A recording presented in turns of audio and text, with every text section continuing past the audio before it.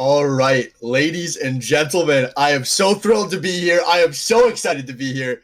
I'm ANGEY Zero. Welcome to the Baddy Overwatch League Season 8 Championship. And guys, I am here with the one, the only, 30. 30, how is it to be back on a mic? Woo! It feels great. I'm getting all those little butterflies you get in your stomach when you ooh-woo your favorite waifu, or whatever the kids say these days. But I'm very excited to be back. I have been watching this whole season and silently observing the games, and I just wanted to get in here and say my words, and now I get to do it with you, and I'm very excited. Yeah, let's close the season strong.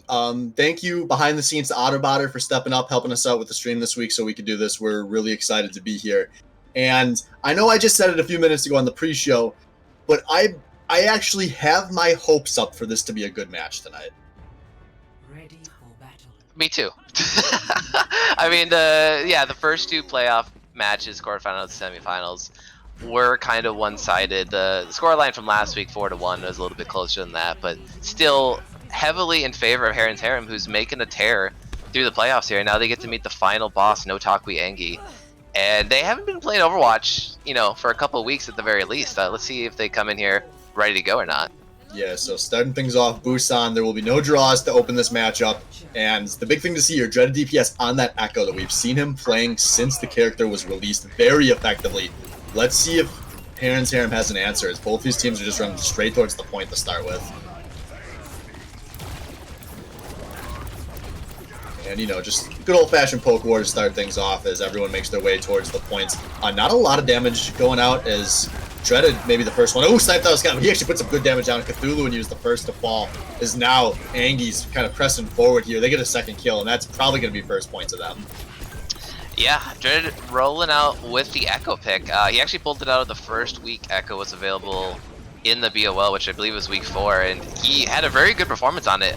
Very surprising because most people consider him this hit scan main, Widow player, but he's playing Echo to a very high level for BOL standards, and you're always going to have the advantage there when you're going up against a Reaper and a Hanzo. Yeah, with how one-dimensional Dreaded has been, not to downplay his abilities, but I don't think anyone could have expected him to be this good on Echo, and it's made him so much more dangerous of a player.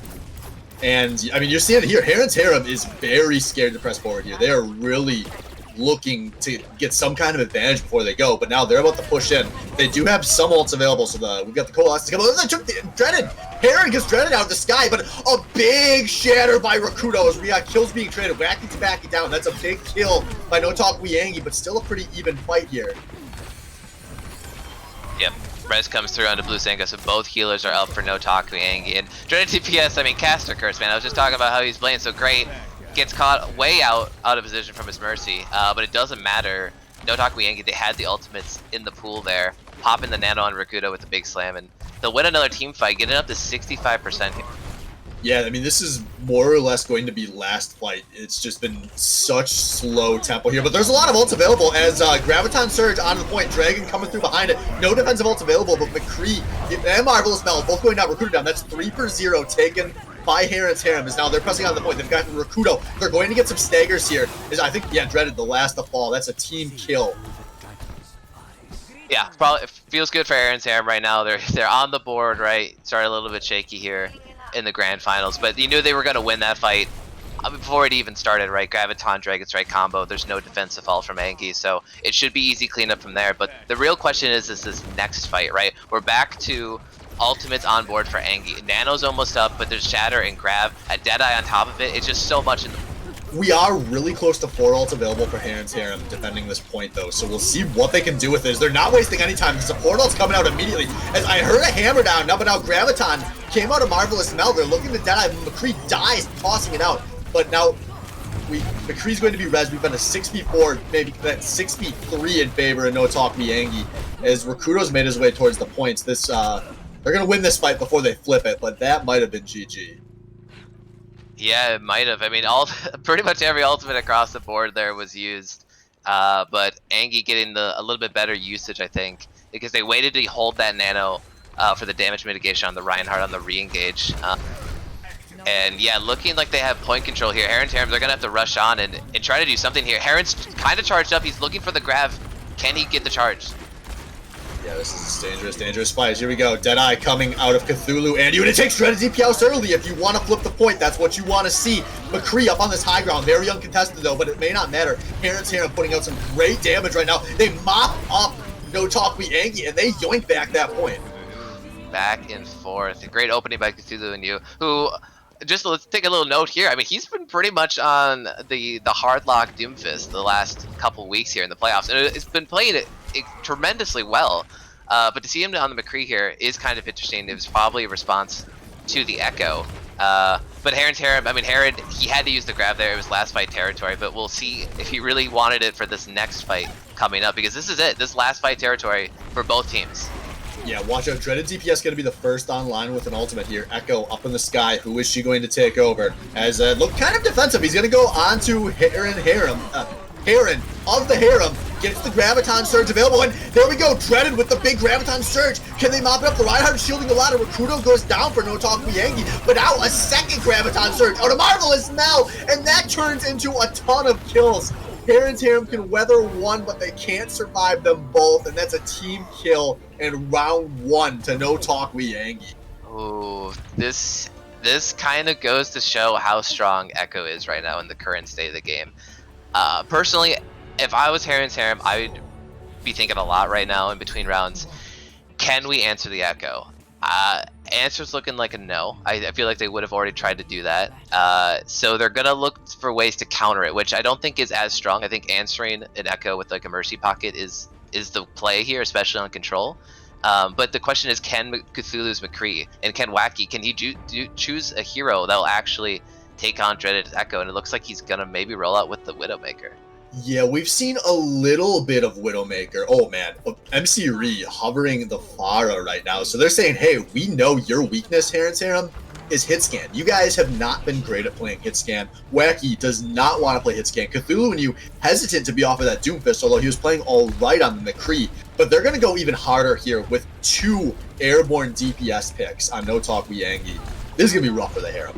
Yeah, the air superiority comp. Yeah, I've seen this. I mean, pros I think are even starting to play this in their dive variations. It's, yeah, Pharah Echo with the Mercy Pocket. It's just so brutal. The poke damage that comes up from all angles essentially is so nuts, and it's going to be really hard for Pie-Time Jesus to try to shield any of this as he goes to bat, swinging at Recruito here, trying to get some point presence for HAREM, and HAREM's at the mid-fight stage now. He's charged up, but he gets taken down with a Fire Strike. Recruito's so good on this Reinhardt. Yeah, this was pretty much a disaster of a first fight for HAREM. I mean, just picked apart from all angles, like you were saying. Wacky, respecting it, has popped over to the Widowmaker, but there's still going to be a lot of pressure here for Wacky to find these kills fast. McCree and Dreaded DPS were able to play completely different angles there, and, I mean, they looked very comfortable tossing out the pot shots. Oh, there it is. That's a pick on a McCree, but I was going to say the res right there in the back pocket, so at least you get that cooldown out of the way. Won't see any sneaky reses in the mid-fight, but HAREM, they got to try to approach this point and figure out who they have to take out first here. This tank line looking pretty vicious from ANGEY. Rakuto's kind of posturing in the way, looking for this Earth Shatter. You know, all starting to come out, so a hammer down only hits HAREM, but HAREM with the charge going to be taken out, and blink and you miss it. Recruito charges in and HAREM all die there. Oh yeah, hell yeah. Chris popping the Valkyrie, going aggressive, headshotting Wacky. And it's looking like all ANGEY here on Busan. At least on this map, the drum map, which I'm forgetting the name of.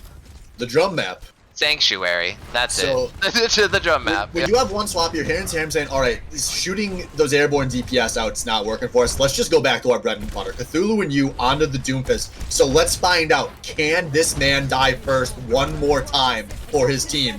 Is Echo up in the air, taking Zarya again. So watch out, the double Graviton play could be in the playbook here. Is hammer down, going to get one, but now Justice coming out McCree maybe a little too high up there, but it's not going to matter. That's 3 kills for No Talk We ANGEY. Yeah, it's just clean up at this time. I don't think there's going to be anyone left alive on HAREM to touch in the last 3 seconds here. It will not be an ANGEY. Starting off the grand finals really strong with a convincing win on Busan.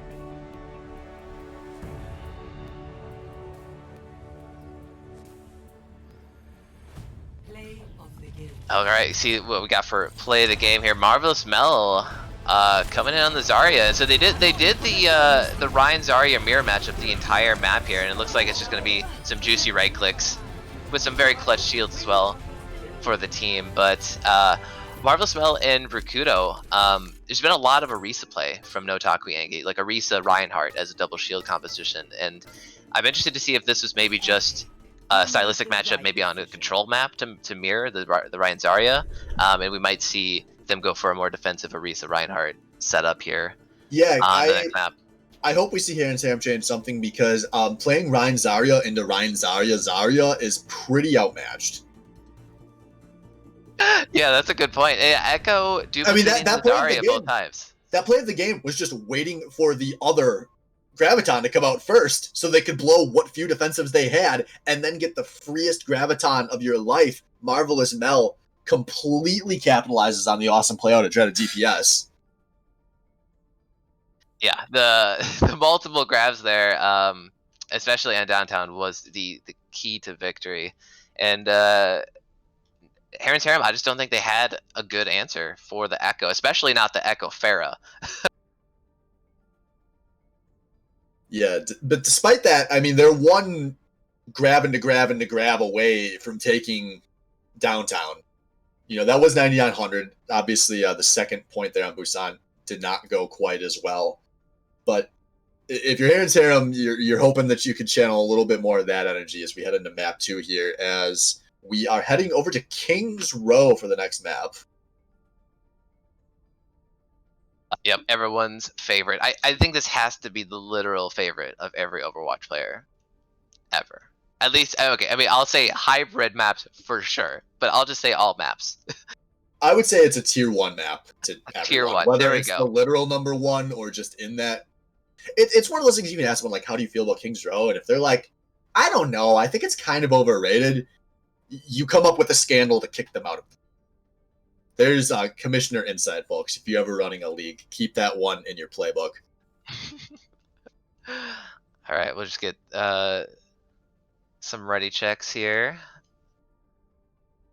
Yeah, so let's see here as we head into the second map. Hopefully, fingers crossed for HAREM to pull things together. Real quick, I guess while we have them, I just want to give some shout-outs I couldn't get to earlier. Kaiser with the sub, thank you. And Salvo with the 25 months.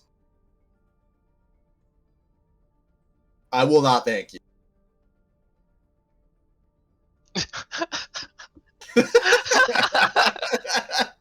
That's what Salvo deserves. But everyone out there, Salvo, we appreciate you. Let us up with some 30 faces, because he's back. He's back, folks. MVP. As we head, all right, here we go. On to King's Row. First to 4. Well, you already got answered in Twitch chat, but you'll hear me in about 3 minutes answering that question again. Also, I think I missed somebody else out there in with the subs, so sorry, you'll have to sub again next month. But here we go, King's Row. Hell yeah. And so HAREM, so the map selection process, people hopefully a little bit familiar with it now after first 2 weeks. The loser of the map that just played picks the map. So HAREM, they pick King's Row here. It must have been from the hybrid category, the 3 maps that we have available in the map pool. Blizzard World, Hollywood, King's Row. They chose King's Row like every decent team in the BOL does. 3rd week in a row of King's Row. And ANGEY surprisingly chooses to attack first.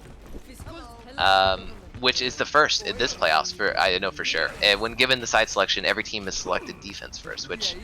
Well, what are your thoughts on that, defense versus attack in Overwatch? Starting. It varies. From team to team that I've been on, even. I think some teams I've had that can't play defense to save their lives, but some teams where we're really good at it. So I'm actually surprised that it's been so consistent across the board with all the defenders playing first. I mean, if I had to pick a favorite, I'd probably slightly favor defending first, because you have an exact goal in mind once you go on to offense. But I think it's kind of a wash. Yeah, me too. I think for the most part, it shouldn't really matter at the end of the day. I will say though, starting an attack, you could start some good momentum here, right? You always feel better if you do a fast attack better than a strong defense, I think, from a morale standpoint. But Here we go. ANGEY rolling out on the red side on the attack here. Dread DPS once again on the Echo. My boy MC Ree on his McCree. Who knew? Yeah, one swap here. Wacky Tabaki is over on the McCree for Heron's Harem, so slight change up here as we're having a very long and extended poke war to start this out. Cthulhu going in for the punch, looking for something, not going to hit anything. Yeah, another switch to take note. He's back on the Doomfist, so he had great success with it in King's Row in prior weeks. Try Hope this to see it down. again here. Yep, there it is. Wacky getting the first blood of the fight here. Heron on this Zarya is fully charged, but Mel's going to answer back onto an opposing healer from Heron's Harem. Marvel's Mel extremely low by the statue here, and the Wacky Tabaki with the zoning Deadeye. But the kills are actually are red in the kill feed here. Cthulhu and you coming back on this Doomfist, but he's going to get taken down.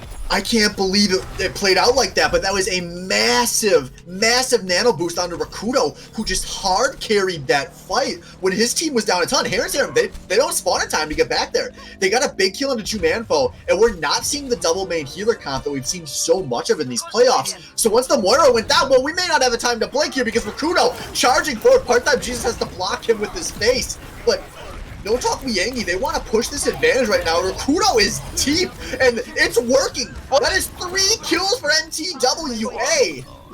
What is happening right now? They slept Cthulhu for a slightly extended stagger. They have MC Rias Bastion pushing the cart during that whole time. Rakudo goes for the shatter in front of the full team at 6. And they win the fight. They now get the Streets phase extended to pretty much whatever they want here, and they get to take at least a good position on the second point here. Well, it's like you were just saying, when you get off to a big roll on offense, you can really generate a lot of positive momentum. Or if you're Heron's Harem, you can be feeling in the gutter right now, because that was a completely disrespectful fight out of NTWA. And now they have Bastion rounding the corner. They have Reinhardt fighting alongside Reinhardt, looking for slams into slams. Kriz with the transcendence here to keep her whole team alive, and 3 kills already over for free unanswered to NTWA. This is a disaster for Heron's Harem. Oh my god, yes it is. I mean, even okay, we'll obviously talk about the shatter into maybe, I think there might have been a third shatter coming up at very least from the Echo, but the Graviton from Marvel's Mel actually grabs Chris's Transcendence. It takes her away from the rest of her team. So you're kind of nullifying the Transcendence with one ult to open up for another one. Finally, Cthulhu gonna take out Dreaded, so a moment of reprieve perhaps for Heron's Harem. Yeah, but he gets punished immediately, although that is a big pick onto Kriz there, so this is advantage 1 for Heron's Harem as they've taken control of this cart for the first time in a while, which maybe gives us a chance to catch our breaths here, because there have been some big swaps. Cthulhu and you off the Doomfist on a Junkrat, Heron onto that Orisa, so we've got the double shield coming through for Heron's Harem. MC Ree still on this Bastion, but he does have the tank configuration online now. Really the only ultimate at play here for No Talk ANGEY to use the rocket boost to get into the air. Looking for a rocket shot, but Wacky nice. in the back line snipes the tank out of the air. You know, as revolvers do.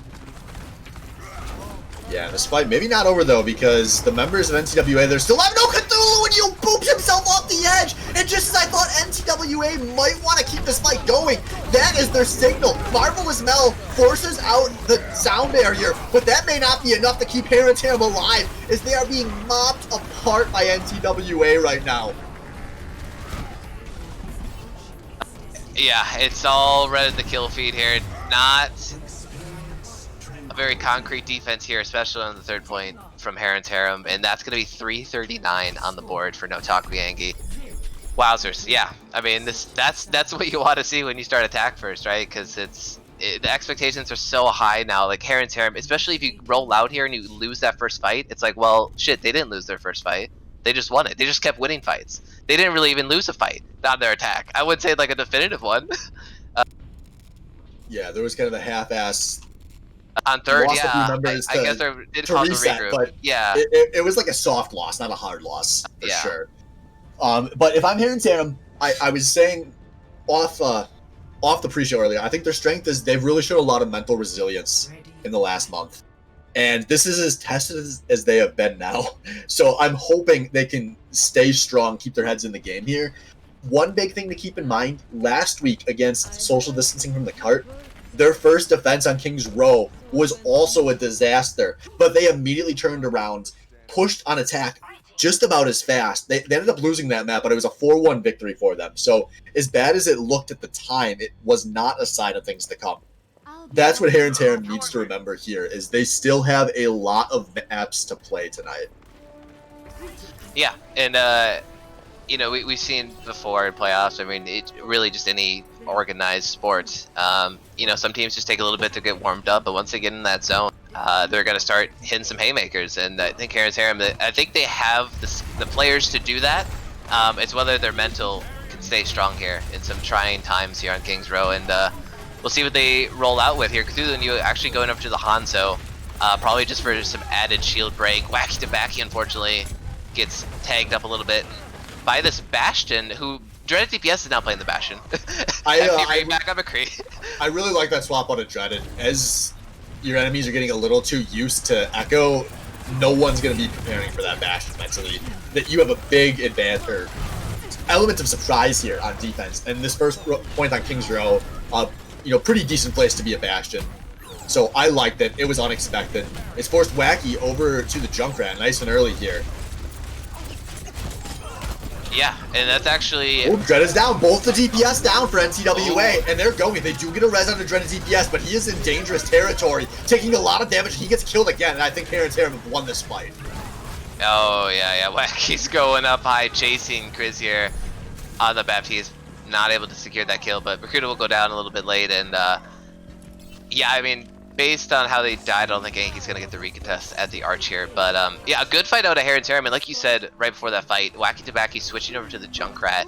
You know, Hanzo Junkrat basically just going max shield break against the Orisa Sigma, you know, that's shielding a Bastion. And I think that was the right play. And then once the shields were down, HAREM was charged up on the Zarya, and he's been so crucial to this team's identity in the playoff. They have Grab Dragon available, and there is no defensive ults in this composition. Chris is going to need to be huge with the Immortality field, but HAREM and Cthulhu and you, if they can go online here and look at HAREM, he's sneaking around like a little rat in the back line. He wants to find this Grab Dragon, but he's being forced out, and Dreaded DPS with Mercy support will outduel. Oh, just goes a little too hard in the paint on the flank there, but here it is. Graviton, Flux, are put him up in the air. Immortality field comes out from Chris, gonna save her team in the meantime, and actually, yeah, HAREM, they actually have to go back on this one. That was so close to being good for HAREM, but it did not last. And now, here we go. NTWA reestablishing on defense. They're able to hold under this archway. Still, though, a lot of ults available here in both directions at this point. Now, Dreaded DPS does have the Echo ult coming up in a sec here. We'll see who he chooses to copy. Which ult does he want? There's Coalescence coming out from Jumanfo on the attack here. As a lot of these Qs being pressed, Dreaded going to choose to take Zarya again, so looking to go for a big Graviton combo. As HAREM pops his Graviton, there it is, the Immortality field keeping everyone alive. We said that play had to work, and it did not. Now Tyre comes through, and it's big out of Wacky, though, finds a double, and maybe they didn't need the Graviton Dragon.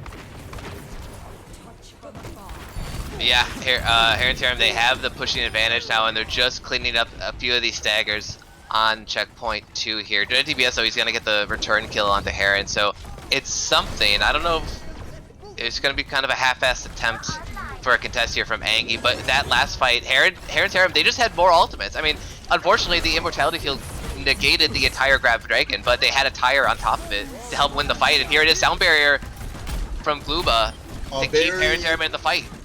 Yeah, a very anxious Sound Barrier comes out of Gluma very early, but it's a trade. DPS and Dreaded is the bigger trade there. But now part-time G is down as well. We got 4.02 meters to go here as kills are being traded, but HAREM being forced back. And I think that Sound Barrier was way too early, and I think that cost the fight, because there was actually a giant ult advantage for HAREM there, and they just outright lost the fight with it. Yeah, it's a small timing like that on Sound Barrier that goes from like a nicely used offensive engage tool to kind of a waste, unfortunately. Yeah, and I think it only hit 3 members there. It was not the whole team. Don't quote me on the exact numbers. But And that just shows how much pressure that Gluba and HAREM is feeling right now. Sometimes you want to make sure you get that sound barrier off before you have a chance to take a ton of damage that sticks, and you get that instead. It did set up Gluba to switch onto this Ana, though. We got Jumanfo setting the tempo with the early Coalescence again. This is actually sticking some good damage down, but Rakudo, oh, Rakudo, stop doing that to my boys! The massive slam, it does take out Jumanfo, but HAREM still kind of stalling around here as they're trying to press those S keys. Yep, the duplicate onto the Reinhardt, and they just hold up the right shield, the right click shield, and they just walk towards them. Very intimidating. HAREM, they have to respect this as they get staggered out here on the streets. HAREM did switch over to this D.Va, obviously to try to negate dreaded DPS on the Echo here, and obviously McCree too. Pretty good against that. Maybe can eat up a Deadeye, but. Yeah, the formula looking pretty strong for ANGEY here on their defense with the Reinhardt Orisa now. HAREM though, they got the Dragon Strike and the Tire again, so two big offensive ults that can maybe get them an opening here, but it's key that they take out the Immortality Field from Chris, and they just launched the Dragons to split the team. Here's the Tire on top, and it's going to take out Marvelous Mel, so that's something. They can at least start the fight from this. HAREM moving in, dreaded DPS on top, uncontested here. The Valkyrie is popped from Blue Zinga, and the McCree with Deadeye in the back takes out HAREM, and Wacky to Backy, the last remaining member, takes two down with him, but that's not going to be enough. 30 seconds left for HAREM here on King's Row. A disaster.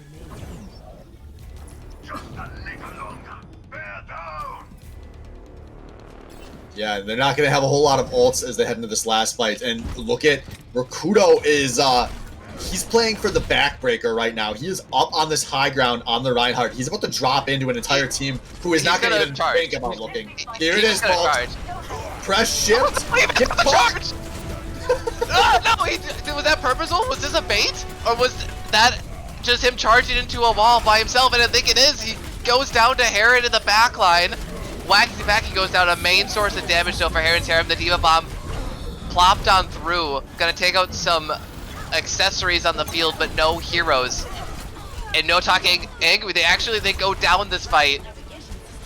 HAREM, they should be able to cap the second checkpoint here. Marvelous Mel going down, and last member remaining, and to keep the King's Row dream alive. Yeah, they keep this game going. Thank goodness for HAREM. Delete NTWA off the map like Zed just deleted the spammers in our Twitch chat. We've still got 75 seconds to play here. We're going to have probably a lot of ults available heading into this fight, but a few more on the side of HAREM. So we'll see. Can they roll this through to the end? Is Rakudo pressing the tempo early, only slams one, goes for the charge, part-time Jesus with a good interrupt. As the Tire is going in, it finds none. We have a 1-for-1, Rakudo for Wacky to back, even out. MC Reed down, and we've got a Nano going on to the D.Va. Blue Zinga going for a very aggro res, gets taken out, and this is all blue in the kill feed as Wacky swapped over to Soldier to make it back to this fight. HAREM maybe has a chance to get some staggers here and just win this right now. Oh. Rakudo out of spawn, No, his part-time Jesus slams the hair, but then they set the shields up, they block the bodies effectively, and with a minute to play, HAREM all the way to the end. King's Row is not over yet. Oh my god. That got kind of tense there at the end. That is some real heads-up play, because HAREM, I mean, part-time Jesus on this Reinhardt, he was obviously trying to go for a body block. I mean, the Shatter, obviously it was his first instinct there, but blocking pretty much all 6 members of Notaku ANGEY from getting to the cart, that's what won them the round with time. So they're not playing for the draw here, folks. They got a minute on the clock as they'll switch over to the attack side first. But man, they really turned it together. I don't know if ANGEY should have lost second point there on their defense. There was kind of some silliness from Rakudo that was going on in the back line. Oh my god, that Deadeye out of McCree, that fight, I mean, yeah, almost broke my heart in two. When it, you had to think at the time that was GG. Yeah. Oh yeah, that's an extreme tilter, right? It's like no one heard this, no one even looked back. McCree just goes for the freest flank on the street, just on the same ground level at 3K Deadeye. That's a heartbreaker. No, he was up on the high ground. Oh, he was. Oh, yeah, he had high ground, and it showed how tense HAREM has to play, that they were so focused on going forward that they had lost track. But now we have a chance for some swaps here. McCree playing his first Ashe of the night. Heron sticking with this Diva. And we've got Baptiste Anna coming through as the offensive healers here. So Baptiste Anna on both sides of the map. Yeah, interesting. Ashe pick out of McCree. I mean, this is really good when the team's piled up like this from HAREM, right? When you're playing behind a Reinhardt shield, throw the dynamite over, pop it, get a bunch of free ult charge. So maybe looking a little bit more range as well over the McCree. And HAREM, he's going on this flank here on this left side. He's trying to pull some pressure away from the front line. Immortality out of Jumanfo though goes out a little early, but there it is. It's answered back by Chris. So it's going to be Immortality fieldless fight coming up here. Yeah, it's some damage starting to stick, and there we go. Cthulhu and you takes the killing blow onto Chris, and now with 10 seconds to play, HAREM, they have their advantage. They have to press it as they all move onto this team. Part-time Jesus gets nanoed. Now it is Bob out on the point, but he's going to be immediately purpled. Dreaded gets taken out here. Now Wacky's sending a tire forward. Just looking good for HAREM, but HAREM gets taken out. I don't think that's going to matter, though. We've got a 5 versus a lot. Less than 5, but McCree finding some kills here. Recruito's drawing some nice pressure. He's bought some good time to get some members of his team back, but I don't know if it'll be enough. They are not quite able to stagger MC Ree, who is playing so forward in this fight, but we have the first point going onto HAREM, and it will be an overtime push attempt here. What can they do with it? Oof, yeah, so they can't leave the card at this point, but just talk a little bit about that last fight. Going with Echo without the Mercy, I think it really hurt ANGEY there on that, because Dreaded DPS, after Chris went down, he was actually in the backline at like 10 HP, just looking for heals. But I mean, if you're Anna trying to heal all 5, especially a madman like Rakuto in the front line, it's going to be tough to spread the heals like that when you don't have that Mercy pocket. But anyway, overtime fight, here it is. The both squares go out, Dragon cuts through the library, Immortality fields for everybody, and no one dies. Yeah, but ooh, that could be the hammer out of part-time Jesus, but no one's quite able to capitalize on it. Dread did go down in all the chaos though, and there's a lot of low health bars on the red team, and this is actually looking at all HAREM here, as they're not just getting the kills, but looking to mop up. They have to make sure not the C9 here is, you know, it happens. But they are pushed most of the way to second point. Remember, this is overtime, so capping second point not as big of a deal in the scheme of things as it normally would be, since it won't afford them any extra time. And I think NTWA, they may be recognizing that. Nope, they are going to try to capitalize here. They've got a Graviton onto this cart. Can they mop up? Immortality field came out of Jumanfo. Kept some people alive as the tire goes in. Didn't find anyone. Gloom and Wacky are down. And NTWA looking like they've reestablished. But Jumanfo does find a nice kill on the Chris. Rakuto with the nano has just been using it to hold right click. And now we have a 4 versus 3. Still a very close fight. But HAREM with his dying breaths gets the Graviton out. And some late mop up comes through of NTWA. Ends that push just shy of the 5th point. Yeah, I mean, that's still a really good push with a minute on the clock. I think HAREM will take that as a job well done. But, I mean, going up against a time bank of 4 minutes and 7 seconds, this is where the real test will come in. If you're HAREM, you gotta burn a couple minutes off the clock here on point 1 at the very least. But it's really about just regrouping and being able to get a good fight. Potentially, if you get another one at the Arch after first point, that would be ideal. But yeah, ANGEY, what can they pull out here on attack? Dreaded DPS, will he actually pull it out now, Widowmaker? This shows how enamored we've been with the Echo and everything that NTWA has been doing well, that we're 40 minutes into the Grand Finals, and I hadn't even thought about Dreaded DPS's Widowmaker yet. But I mean, this is it. This is the ace. If NTWA can play this well without their MVP on his MVP pick, this is high pressure here on the side of HAREM to withstand the storm of Widowmaker. Because how many times have we seen Dreaded right out the gate finds two? No, actually, not even Dreaded. He feels that good about this Echo, and we've got Chris going over to the Mercy. What can this double shield comp out of the HAREM do? Yeah, and they're shielding up Bastion this time around, so taking a play out of ANGEY's playbook here. As they will jump down to contest the point here. Bastion hopefully will follow, but McCree already picks out one from Jumanfo. Glooba gets that res. High ground in the air is going to be patrolled by Pharah and Echo. It's going to be so tough for HAREM to try to get a good defense here going. Rakudo goes for the charge, takes out the enemy Reinhardt from the fight. The fight is completely scattered now. HAREM trying to peel back behind the arch, but it's not going to be enough as Rakudo just keeps swinging. He just keeps charging. He is, he's content to chase this all the way to spawn, it looks like, as Rakudo is still charging. But Rakudo, the MVP of that fight, he is guaranteed there will be some long spawns on the side of HAREM, which should guarantee there is no contesting of this arch. And now we've got 3 minutes to play, and HAREM with a lot of unanswered questions. Yeah, I mean, it kind of looks like Rakudo is just like hard beating there, but he's doing the absolute best move he could have done, and just to pull them away from this point as much as possible. So they have to regroup around second, third corner maybe of Street's phase here. They don't get that nice choke point to play around, and Cthulhu, he is on the side here. He's trying to take on the 1v1, maybe a 1v2 with the Mercy Pocket. Hanzo versus Pharah in the sky. It's going to be a tough fight for him. Shatter comes through. Immortality Field will keep HAREM up though. For the time being, McCree has the rocket barrage online. I like HAREM here giving up a lot of ground play. This further from the offensive spawn, as you really have no reason not to. And there we go. There's the pick out of dreaded DPS. We've got the Baptiste window down, Marvelous Mel down as well. And this may have been it. They played footsies for long enough, and it kind of worked. As Chris looking to maybe get killed on the cart here, but this is still a nice stall out from HAREM.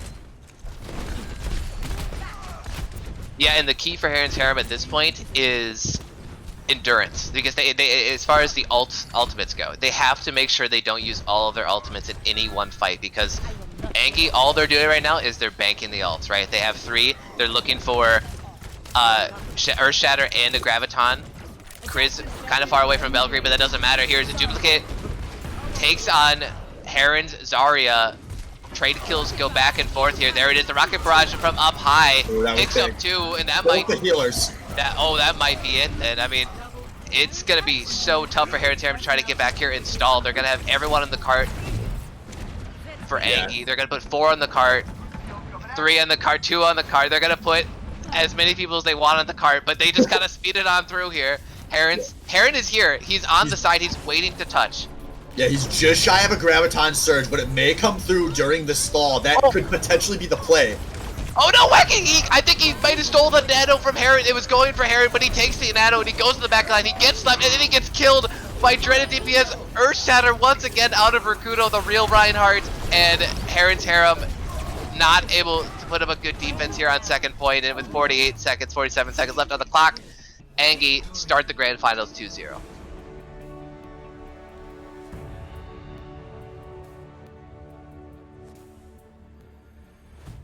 Woo! All right, play the game. My boy MC Ree on the McCree. What does he got for us? And he's got the flank here. Yep. Oh, that's why.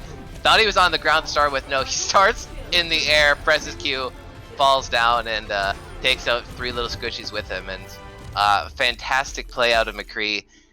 25% of the team's hero damage, and really showing up as that consistent damage dealer that ANGEY has really had, or is at least needed in this match tonight against HAREM, because we've seen dreaded DPS on some more flexible special picks. Obviously the Echo, maybe even the Bastion, but maybe we'll see the Widow come out. I wouldn't really want to switch to it at this point. Echo seems to be working really well for them, so why fix what ain't broke type of mentality.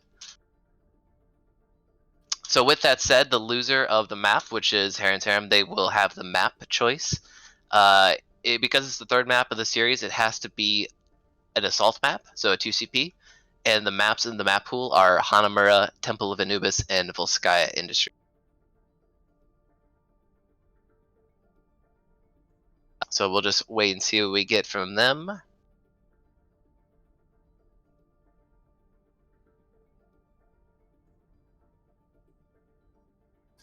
Onto a 2CP. And you know what? There is no game mode I'd rather play less if I'm down 0-2. Because that feels just so insanely high pressure for what is essentially a must-win map now for HAREM. You know, obviously it won't be the series decider, but you don't think anyone's coming back from 0-3. Or at least I don't. So we'll see here what they manage to do as these teams are still getting set with their maps. HAREM putting a lot of thought into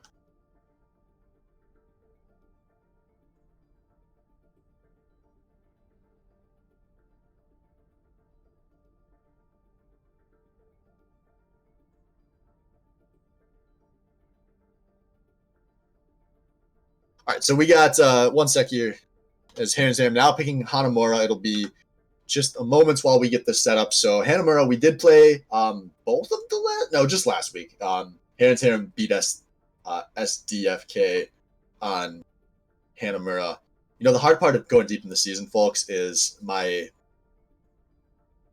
like note sheet is too long to have the full sheet up all at once. So I got to do tabbing and scrolling, and it's very inefficient. So I think it's about time I justify taking some of this Swain money to buy myself another monitor. So, folks, if you want to hit that subscribe button to help your favorite caster afford a third monitor or something else cool. All right, I am back. What do we got? Hanamura. Yep, so Hanamura coming through as we've both gotten our tactical potty breaks out of the way. Look at that. The viewers, they would never know because we smooth like butter. Like butter.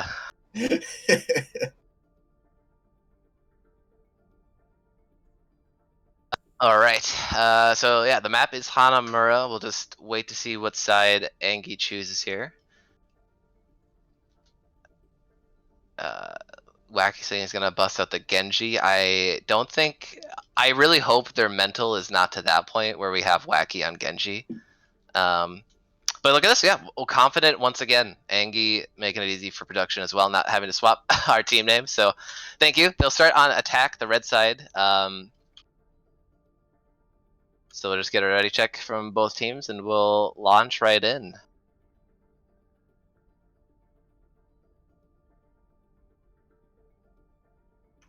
Daddy's ready. Okay, here we go. All right, that's good to know. So yeah, while you're away, I was talking about how McCree, he's been this really nice, steady, consistent damage dealer for ANGEY, especially in the playoffs here.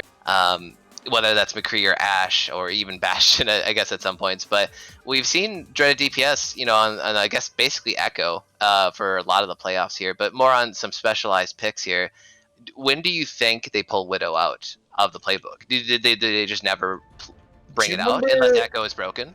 Do you remember at League of Legends Season 5 Worlds when the entire world was convinced Faker is saving all of his best picks and he's going to just keep playing this Ryze until somebody can beat it? And then suddenly they were world champions and debatably the best team of all time, and we realized the Ryze actually was his best pick. I don't want to compare dreaded DPS to Faker, but is that what we're watching in real time right now? Yes. Because this Echo, I mean, his Widowmaker is out of this world, but this Echo has been absurd too. I don't know, man. I hope we see some Widow because Dreaded is just so phenomenally skilled at it. But when you're winning and you have all the momentum, it's hard to justify swapping off of what has been the most successful pick in your team. And I don't blame them if they keep rolling with this Echo all night. Yeah, I agree 100%. Don't switch from this if it's gonna keep working like this, and it seems to be working. ANGEY, they're gonna roll out with that double air comp again for and Echo with the Mercy Pocket, which is really annoying on Hanamura, right? Because you can dodge in and out of these high wall frames that you have to enter the first point here.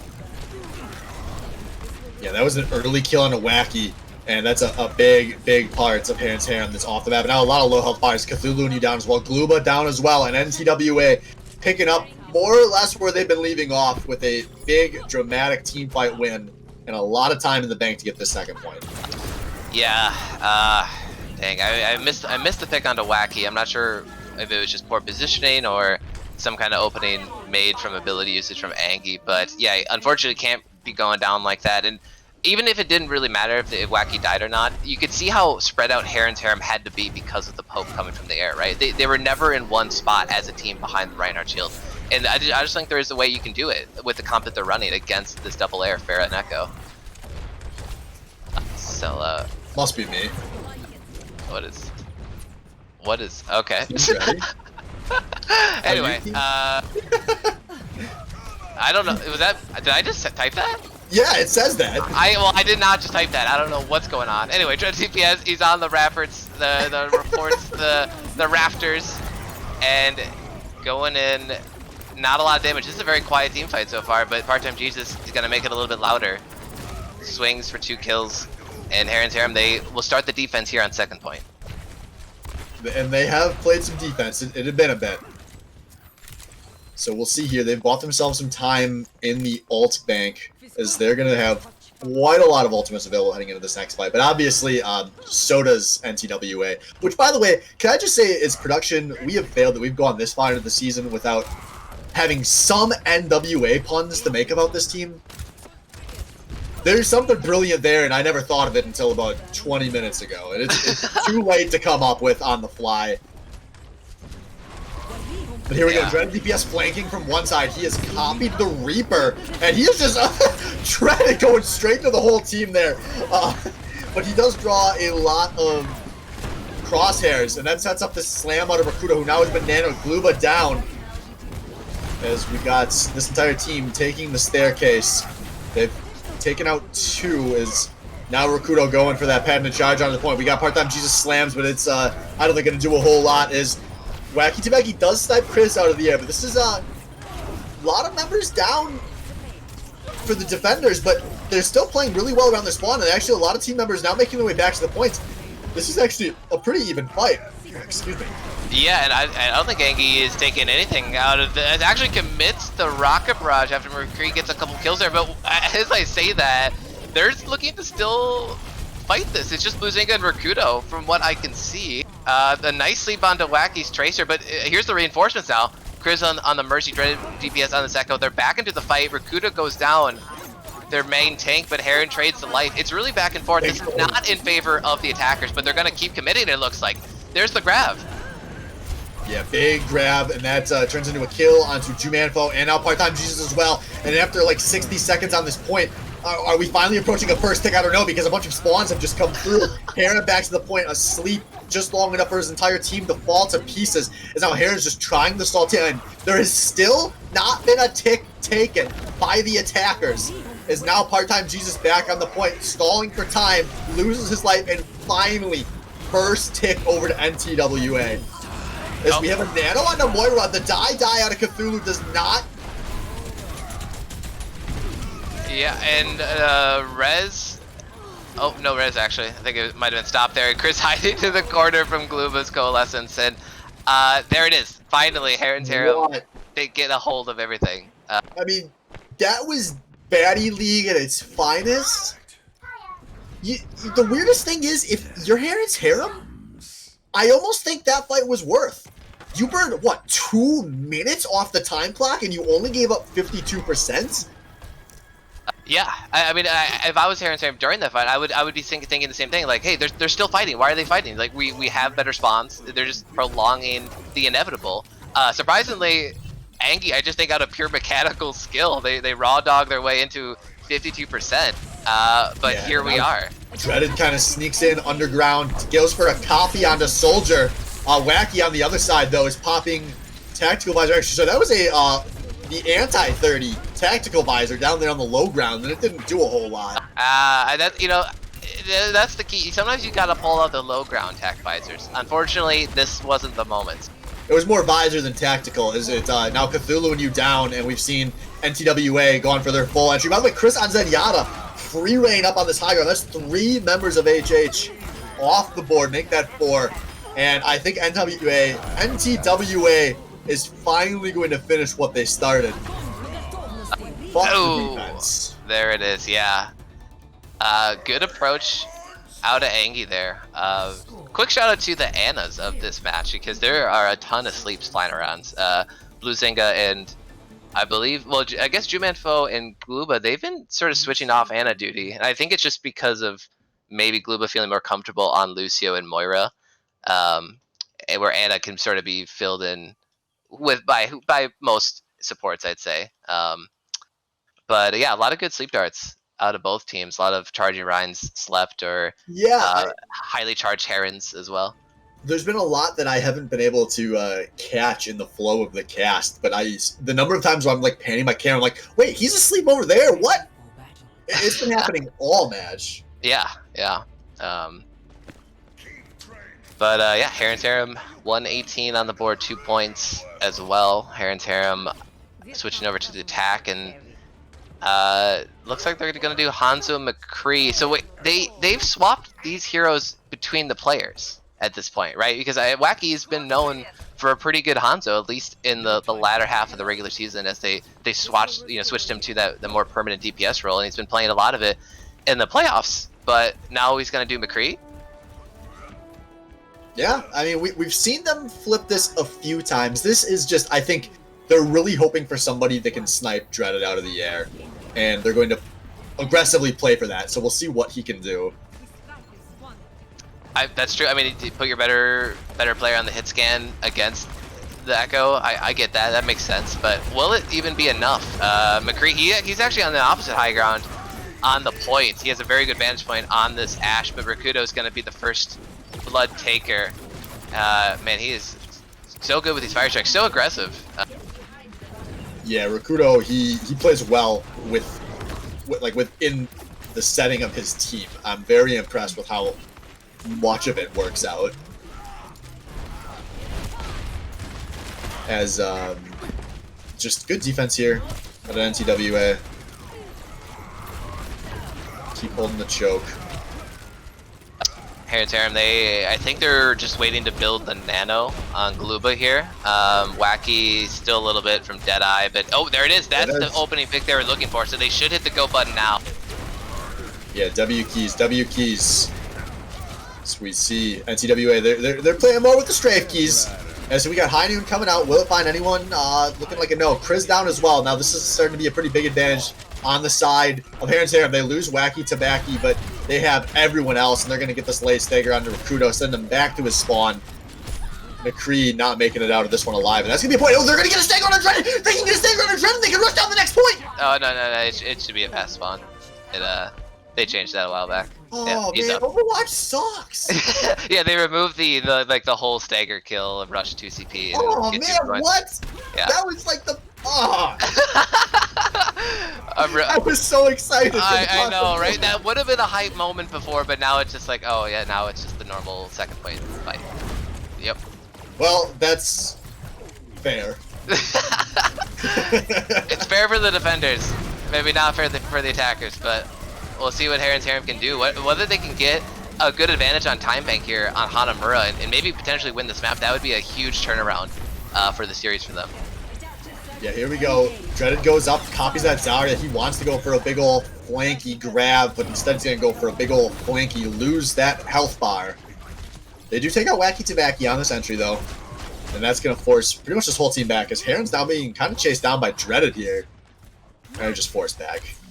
Yeah, Heron took a long walk down the catwalk here, and he went onto the left side. I think he was just trying to push Dreaded DPS's Echo from that flank angle, but it's hard to flank with a highly charged Zarya, I think, especially on a point as wide open as this, right? He doesn't really have any shields, can't play with his team, and I think you always want to pocket this highly charged Zarya, especially if you're trying to get this upper high ground. If you're going to push through, I think you're going to need the Reinhardt shield to do it.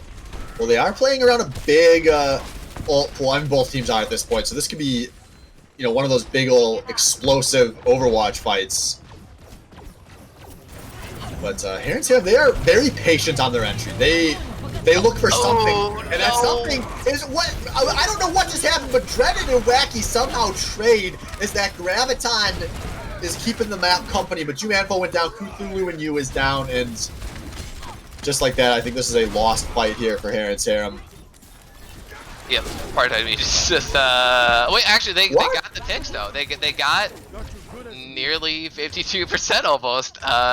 I mean, we don't get them C4.5, I guess. By the way, Yeah. what, did Rakuto charge off the side? That was off camera from me. I don't know. All I saw at the beginning of the fight was HAREM missing the grab onto Dreaded DPS, and then Dreaded DPS, I think, self-destructed with his own sticky bombs. Perhaps I'm not. I I'm think not. he might have, whatever he did, it must have traded with Wacky because they died simultaneously. So I'm thinking it was a conscious decision, and Wacky just hadn't gotten any damage in the other direction. Yeah, true. But, Yeah. They did get some ults out of the defense, I guess. Not many. Yeah. That was a weird fight. Yeah, just Amplification Matrix and Earth Shatter. Rakuto builds those every minute. It's like a normal ability. The Nano goes on to Rakuto. Immortality Field coming out of HAREM's HAREM to try to give him some space to walk up here. But they're not going to get any space. They're going to get anti-space. Rakuto just goes in swinging, Dreaded DPS with a couple kills with a left click. And yeah, that was a very fast attack squashed. Yeah, and Dreaded was really able to pump out some good damage from the side there. Copied Hanzo for a hot minute and then back onto his Echo at the end. And still, I mean, only one ult committed there out of the offense, but only 2 ults committed out of the defense. At some point, you got to actually force a reset here. Yeah. Chris has popped over to Mercy, so there is something different heading into this next fight. But this is about to be 5 ult territory. HAREM needs to find a Graviton that hits more than 0 enemies, and there it is. Grabs, sticks everyone up on the high grounds. Now Bob is coming out, and Bob is down! Oh, that is a whiffed Bob, and Dreaded DPS down, McCree down. This could be the chance here. Chris does get this res on McCree, but Rakuto down. This is looking good for HAREM. Remember, they only have a few percent to go here, as NCWA really waited to get on this point, and they will not be able to stagger because they spent so much time playing off the point. HAREM technically with the advantage. I like how you say technically because, I mean, up until this point in the series, it hasn't felt like HAREM would be able to do that. But, I mean, they did it, and I actually liked the attacks they did here on Hanamura. Sometimes they didn't go too well. I think they were perfectly countered in some aspects by ANGEY. But HAREM, on this last push in, he does a play that I think he's done in at least last week. He might have done it even once during the regular season. You just grab them on the high ground. You just walk over the bridge. Been doing that play for 2 years. I remember that play vividly from our time a year ago in Baddy Overwatch League Season 6 on DDS.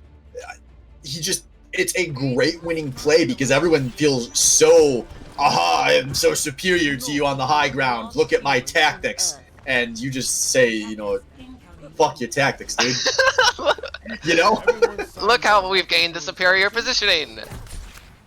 Yeah, it works. It worked every time I've seen him use it, at least this season. And it was extra effective because of the way that NTWA was really willing to contest from off the point and give up some percentage to have better positioning, but it ends up costing them there because they had no time to work with, and where you would almost assuredly get some stagger spawns out, they did not.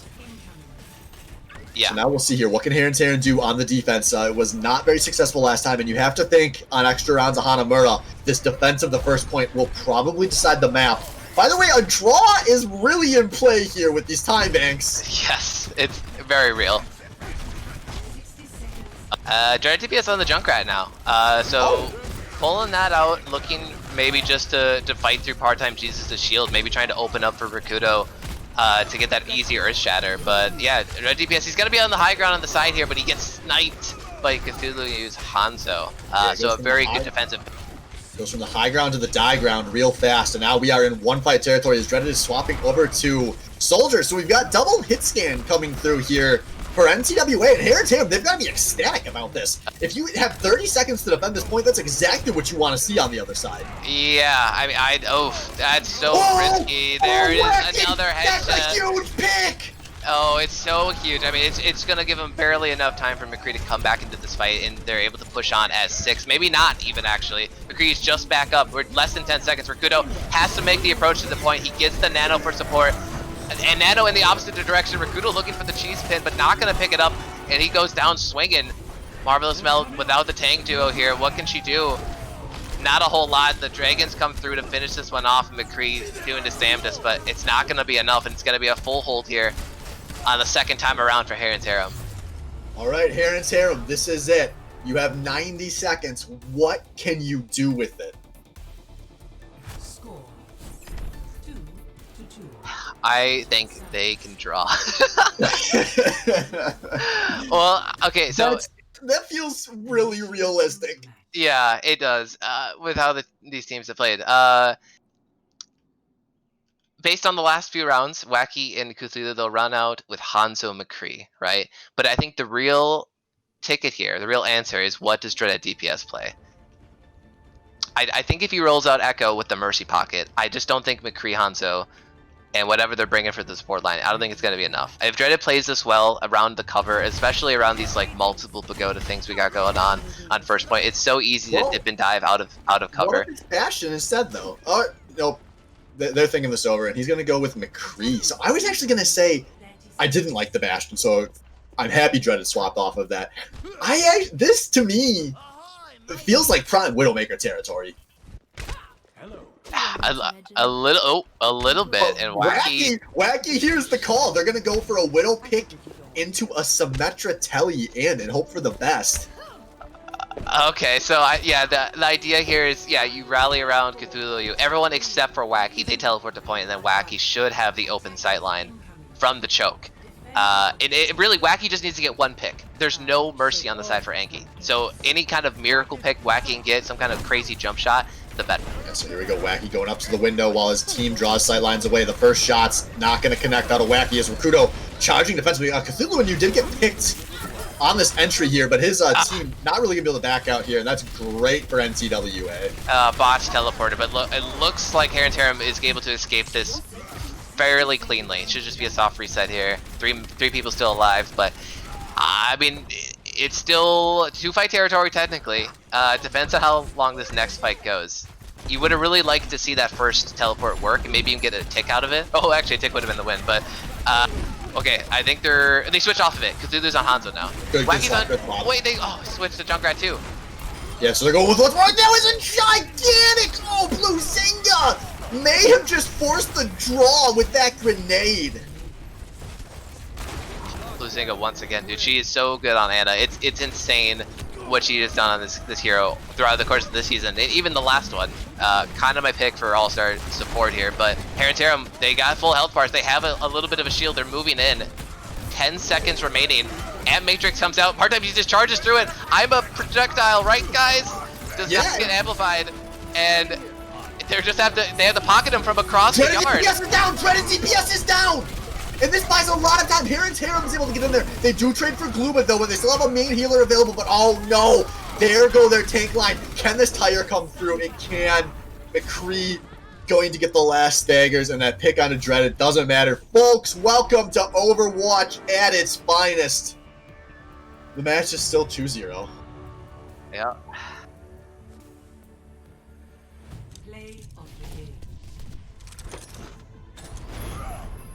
So the play of the game, gonna be Rakudo here, charging into a wall.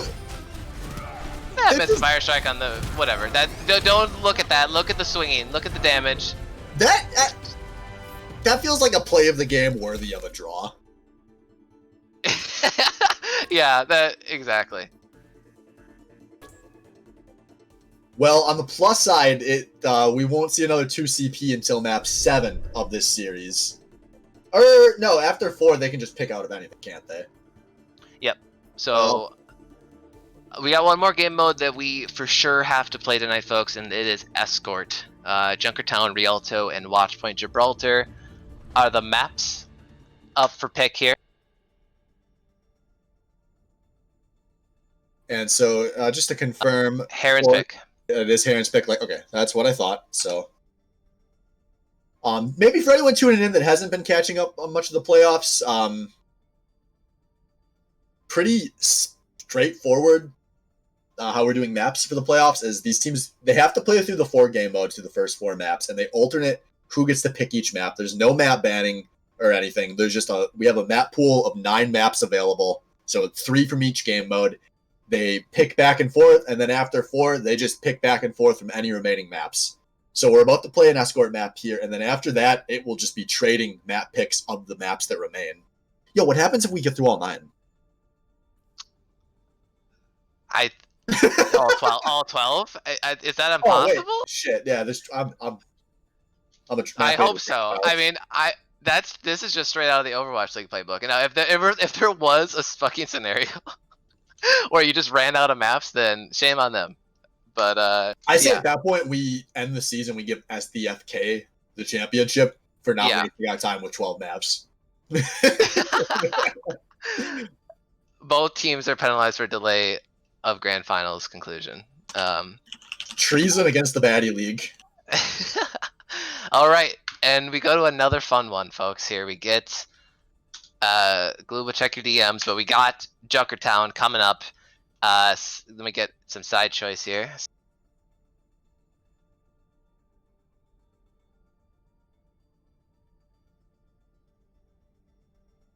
Yo, real quick, while we have a moment, I just want to say, in addition to your Twitch subs, you can also support your favorite commentator at onlyfans.com/AJS0. I've been putting out a lot of really good exclusive content, so I hope to see you all there so you can see more of me.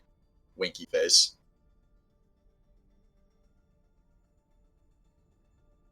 Oh, look at that. You can watch the beautiful draw in real time because we're still between games. I forgot how much I hated this feeling.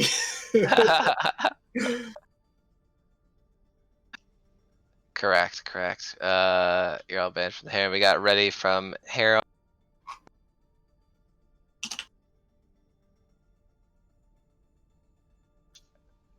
Ready, ANGEY? Question mark.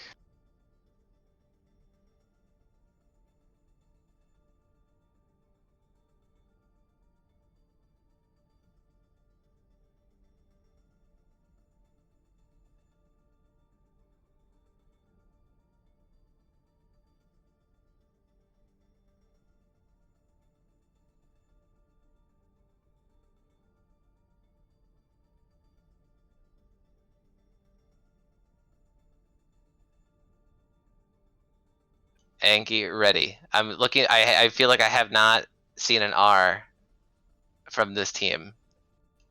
Ready. Okay. We're starting it up, folks. Jeez, herding cats over here. All right, folks, on to Junkertown. I love this map, man. I know it is a divisive map, and I've always said that the best art must be divisive in nature, and Junkertown accomplishes that. Yeah. So this, I remember this because this is how I remembered my fun fact earlier. The dreaded, he's playing Echo back at, I think in week 4, whatever regular season week Echo was released, and it was on this map where we saw a bunch of teams try out Echo for the first time, and it was very clear Dreaded had put the time in and learned the hero more than every one of his counterparts in this league, and it is a very good map for that. When you're not going up against some sniper master, like on a Widowmaker, or even like an Ashe as well. Very long sight lines here, and I just don't think ANGEY fears the hit scan coming out of Harem. But as I say that, they're gonna maybe opt for a pirate ship here. Started off on attack. Yeah, I had a thought before the last map that ended up not being relevant because I was thinking in terms of whether Harem wins or loses. I'm wondering do you think there's a point where they are going to swap roles and go back to Wrecking Ball, or is that completely out of the question? I think if they lose this map in a horrendous way and they're just like, GG's guys, it was a fun season, then I see it. So there's no chance of winning. You think, oh, Dreaded DPS does not even make it out of the gate. I love this. This is another Harem special. Just pulled right up against their spawn. Yeah, it's actually the best counter to a pirate ship, right? Because the most dangerous part for a pirate ship is that the however many feet from that spawn door to that cart. Getting the Bastion plop down on that is integral to the entire strategy, and if you don't let them do it, they can't really start. They do manage to get a pick on a Cthulhu in you, though, and that will probably buy them some time. I don't think the surviving members of Harem's have any way out of here. They should, if they're going to give this up, die on cart. Don't give up any ground. No, here, don't back off. You can't make it out of there. And this is, I get so mad at Overwatch players. You're smarter than that. Die on the goddamn cart. Yeah. I mean, that is for sure. You just gotta run in and die. But granted, I think what he maybe had a lot of charge. Those Zarya players are like, my charge, keep me up, heal me. I'm 80 charge. I'm the hard Well, carry. Or zero charge as they defend the second point here as Heron still lost his life and also gave up valuable inches. And Heron of all people should know that a few inches can make a big difference in your life. Now we've got Bastion set up pretty far back here. We've got a nice far away little... no one's going to touch this. Nope, not a single person. That was a disaster. That was atrocious. Yeah. If you're not tilted after the draw, you are now. Because now you're going to just get wacky out of his spawn with it. Or sorry, dreaded out of his spawn with an ult available. Oh, well, at least they're pushing in after the fight because, they realize it's still good to take the fight if they have an advantageous one right now. And it looks like they kind of did, but now they don't. Yeah, I'm going to disagree. I think they needed to just get right out of there because any staggers here are going to be so massive. And they're much better trying to hold an actual defensive position. Now they're just giving up some long staggers, and now they're going to give up halfway to point 2. Yeah, I agree in the sense that that retreat wasn't good, but it looked like they had already committed to the late touch. They should have just ran in and like charged at their doors or something. I don't know, but you're right. This is not good now because they miss the key defensive point here on the high ground on these staircases that the plane's rolling by right now. So they're just going to get some crappy high grounds over by the scrapyard sign, and the tank form's going to zone off, at least maybe kill the Reinhardt shield. And there's the Ant-Matrix on point. Bastion's going to go down, but this tire might be huge. Immortality field? Not there. Dreaded, you take that. And now here we go. Heron comes out with the grab. And that has brought this everyone to press their Qs. Finally, Heron's Harem is done fucking around, holding on to their ults. They press 4 of them, and they retake this card. Yeah, interesting. I'm just watching Dreaded DBS. He's still at the cart with the Ant Matrix, and he's just rolling in solo. Where was his team? It looks like they just weren't able to get close to him, and they took the fight away from the cart. And they had some ultimates. I think they could have clinched that fight if they wanted to. But Heron's Harem, they're expending the ultimates, they're getting the team fight win, which is good for the stopping the clock, or stopping progress at the very least here. By the way, Wacky Tabaki's still back in spawn. He just swapped to McCree, so he wanted to swap, and Heron going to be picked out early here. So now this is a 4v6 for a few moments as Wacky's just making it into the tunnel. Immortality field no longer available for the Harem. But oh, there we go, the pick on a Dreaded. We got even footing on this fight if they don't get this res off, but they do. Good play out of Blue Zynga. Now Cthulhu and you down. This is a lot of more damage is sticking onto, well, no one really. But Cthulhu and you still dead, as this is turning into a very long fight. Yeah, and there's a lot of damage amplification across the field. Ant Matrix answered by a supercharger, but really good work out of Heron. He squashes the supercharger in like 2 seconds, not getting any kind of value out of that. Dreaded DPS duplicate on the right, charges in, goes into the backline. He's swinging, but he gets slept by Gluba. But it looks like it's still a big numbers advantage here for ANGEY. Just the tanks alive now for Heron's Harem. With some support from the sidelines, can they hold on? Oh, Blue Zynga, you toxic Mercy player. This high ground right above point 2, I've seen both of the NTWA healers flank up there for extended periods to lay down some DPS, completely unpunished. Nice, okay, good res on the sideline here, so full strength for ANGEY as they roll into Fidget Spinner time. Kriz contesting on the high ground here, gonna get pushed off by the D.Va and the Ashe here. Part of Jesus, that's a crucial pick.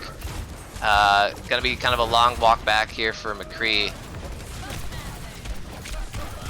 Yeah, Heron's drawing some really nice pressure here. I know I was jokingly roasting his D.Va, but he was doing some really good things as D.Va on this last point. But on the other side of the fight, Rakudo going to bring everyone up, bring them back down, and lose Kriz in the process. But still, this cart keeps inching forward. As now the Dragon comes through. Hammer comes through at a part-time Jesus. Now, we see a lot of Qs committed by Heron's Harem. They do not want to give up much ground. They did lose Cthulhu and you, but they've gotten a few more picks of their own. Is that Bob doing work in the background? Bob, do something indeed. Oh, man, dude. Bobs are not a threat until they are, right? Because at the beginning of the fights, usually you're using all these abilities, you have shields, you have some defense faults, and it's just like, yeah, whatever, we can leave him chill in the background. But at the very end of that fight, they ran out of gas. They had nothing to defend themselves, and Bob picks up 2 free kills on the backside. And Wacky Tabaki on this Ashe has actually been pretty potent here. Getting a lot of good picks, a lot of good headshots, a lot of good damage from him. As I say that, Caster's Curse, come on! Yeah, Wacky now is 0 Ashes to 2, and Dreaded DPS is a very good Ashe, as we are aware. His Bob goes out, gets left in the background, his Heron chucks a bomb up, and it's going to find Chris. That was something, as Dreaded finally loses the life, but that Bob he sent out did some, at least created some pressure in the backline. Meanwhile, Rakudo playing very far forward of this Monkey. Bluzinga does get a res on the Chris as the Monkey loses his life. But this cart is still kind of inching forward here, as we got a real strange fight coming out. Dreaded DPS putting some good damage down. That fits into a kill on the Cthulhu. His Heron's out there trying to stall, but he's losing a lot of mech power, but doesn't quite lose the mech, and that's big. Oh god, Heron he's taking so much damage in these fights. It's really absurd. He's just going to the back line and trying to distract as much as he can, but he gets demagged here on the front line. Rakudo switching over to the Winston, so we might see some primal fun time here. Bob going down onto the point, putting some good pressure out from the attack side, and looks like he's gonna pick up 2. Dreaded DPS with a couple more on top. It's all red in the kill feed, folks, and it looks like Angey's gonna roll into point number 3 with 43 seconds left. The most painful thing about that is what a disaster the first 2 points were for Heron's Harem, and they still burn that clock all the way down to 43%. You have to think that this is just an outright good map for them, and if they hadn't played such piss-poor macro, they may have had a huge defensive round here. Yeah, a lot of what-ifs, right? Because first point can kind of break people's mental, right? There's only so many attacks you can do on Junker Point first, that if you just keep throwing your head into this last point, but you keep getting sniped from a Widow flank, or you just get ulted on it can be very frustrating. But yeah, Heron's Harem, I agree, doing a very good job here on the defense, despite their bad opening here. We'll see what they can do. It looks like they're going to answer with a pirate ship of their own, with Cthulhu and you on the Bastion. Wacky once again on the Ashe, which I think is probably the good hit scan pick for this team. McCree was all right, but I just think he's not mobile enough, right? And he just wasn't getting enough protection. Perhaps just didn't have the pocket sort of go toe-to-toe with this Echo in previous maps. Yeah, we'll see. Meanwhile, on the defense, fight Bastion with Bastion, they say, as Dreaded DPS is going to get out here. And this is a setup. Dreaded DPS going to try to not let it go. Hard time Jesus goes down first. But Heron does at least have the cart moving, and that's a big deal in this situation, as it buys some space for his team to get out the door. Yeah, no, I mean that's a small win for Heron's Harem, right? Just moving the cart any amount here, because Anki was forced to reposition here. Dreaded DPS able to get out of that recon form, or out of the turret form, and reposition there, but not enough. Shields go down. Part-time Jesus. There's a res available though. Bluzinga gets the res off of Bluzinga, and McCree and Pevos now go down in the process. Bob is doing something in the back, and oh my god, Wacky Tabaki looking like a grand master with that one. Oh, hells yeah. He is opening it up. He is feeling alive and fresh now. He's hitting the shots he needs to right there. That was all him on that attack. Yeah, the res was really sneaky. Bluzinga once again with an incredible risky res, and that if that actually came up and stuck, that would have been still a good defensive hold. But after the dynamite and everything, just wasn't able to follow. Ultra dies on the entry, and there we go. This is the chance for Heron's Harem to maybe grab something big here. Bluzinga down as well. That is, oh my god, Wacky. Show me your Ashe, girl. Yeah, oh, nice. Yeah, it's all blue in the kill feed on this attack here. Heron's Harem really figuring it out here with Ashe and Bastion. Sometimes you just need 3 maps to figure out what your pick should be. Unfortunately for them, there's only been 2 points given out so far. You know, in the match scores, so they take those. And there's still a lot of ults available here. I mean, this is they've hardly ulted at all. Either of these teams. Yeah, I mean, Wacky's he's working on a second Bob, I think. So he's been putting out a fuck ton of damage, but Bob's not too great here, especially if Angey's gonna keep this high ground. He might look for something sneaky. But Heron, he's coming in with the Sigma ult, picks up a couple, but the immortality field. Oh, Rakudo. Oh, double huge Sigma ult. slam in the other direction, and that just wipes Heron's Harem out, and that may be the end of this pirate ship. Yep. Bob was expended as well, no tank form yet, but I think switching off Bastion is the play here. So are they going to keep the configuration tank is the only question, because they could have 4 ults available, and if they reason up there, not fucking around with it. Yeah. They It's still the do safer have 3 choice. ults. All you good Overwatch players really like configuration tank less than I do. Here we go. Got double supports available for Heron's Harem here, as well as the battery from Orisa. Not the most impactful ults to start a fight with, as we do see Gluba going up into the air. Now, ooh, Wacky gets picked early, though. That's not good. Now a Tire coming out of Dread DPS. They have a chance to end this push before it goes anywhere. As the res comes through onto Wacky, the Tire gets taken out. Now we do actually have a 6 versus 6. But, oh, as I say that, Heron cast their curse. But this cart's still inching forward. Yep. They are down to Roadhog, though. Heron switching over to that before this last fight. Which I think is there just for more shield break, right? I mean, they have Hanzo as well. They're really just trying to get maybe the shields down and maybe force a pick on this high ground. Rakudo's gonna hit the low ground here. He's gonna contest the cart. Heron is back now, so full 66. There's the supercharger to open it up from Part-Time Jesus.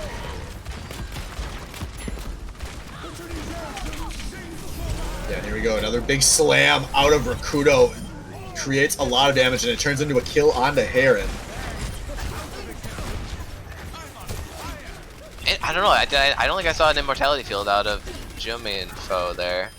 Yeah, I think I missed this one. This is kind of a nice late stagger on the Part-Time Jesus.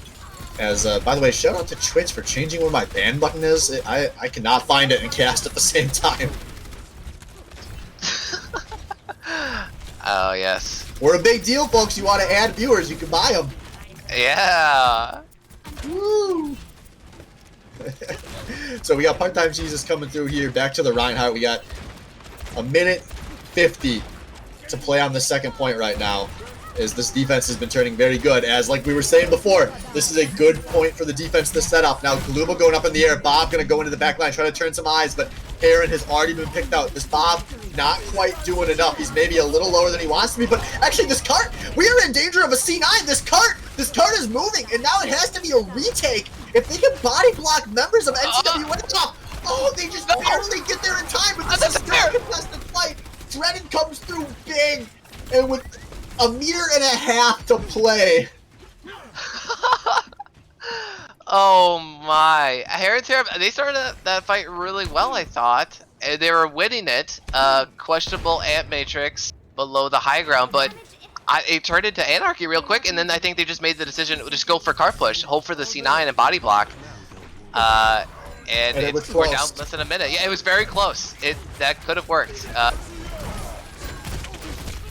So here we go. Oh, Cthulhu, and you picked out early, and that is exactly what you don't want to see. That res has to be used before this fight breaks out. But we got 40 seconds to play. This is presumably last fight, barring insanity, which is always on the menu in Overwatch. Oh, But yeah. Heron's Harem is really playing cautious here.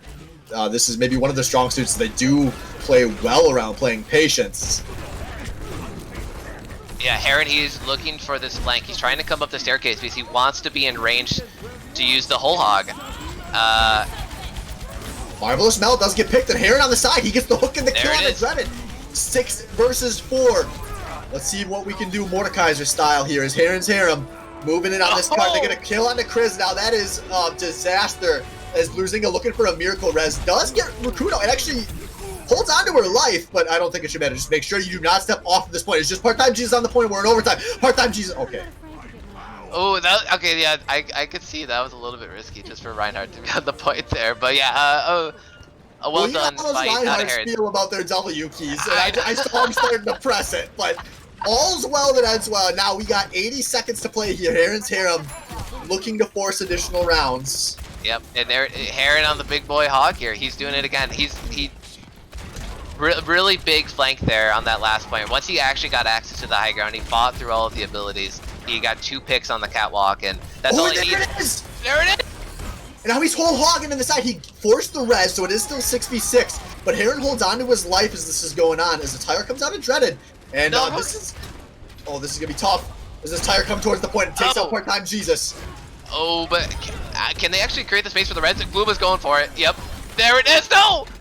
Oh, so risky, but at the end of the day, it's actually not good at all because he just waits even more time for the respawn, technically.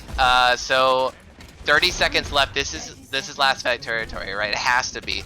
You have to work all the way around Fidget Spinner here. It takes forever. Heron on the hog. Look at him. Look, he's in the back. He's just waiting for this hook. He's been able to get a hook kill every. It's Chris again! It's Chris again! Yeah, but is there a res? The res is up. Losing gets the res off, so the flank doesn't matter. Heron goes down. Rakudo with the flux picks him up. Noah goes down. Back into a hold and Matrix for the blue side. Harem trying to get the damage down, trying to kill the shields here. What can they do? But it's all red in the kill feed. Yeah, Chris on the flank trying to mop this one up. They do get a res on a wacky tabacky. Can this high noon find anything from MC Ree? I'm thinking it can. And Heron's Harem, it was valiant for a while, but not enough.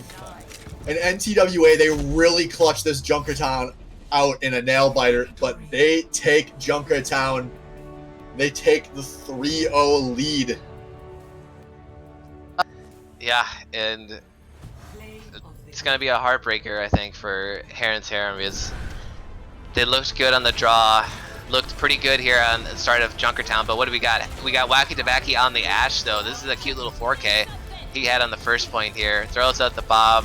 Just a lot of good headshots. Holy moly. Hitting the shots. Yeah, and I just 43%. Goodness God. Yeah, that's a nutso stat right there. Epic.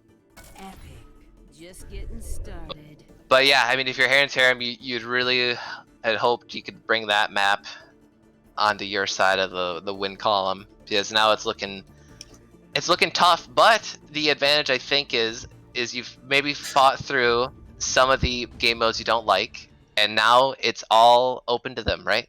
Loser pick, so Heron's Harem gets to pick any map remaining in the map pool, regardless of map type.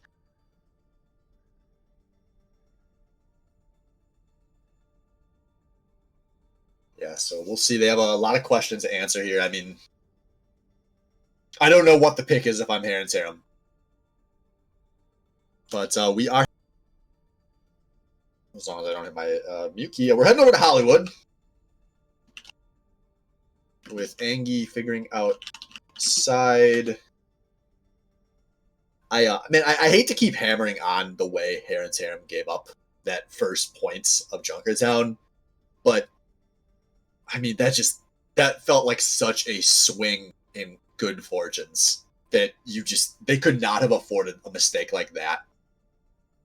Yeah, and ANGEY, they play pretty mistake-free Overwatch in regards to the Baddy Overwatch League. I have seen a few blunders from them tonight, just Actually, from casting.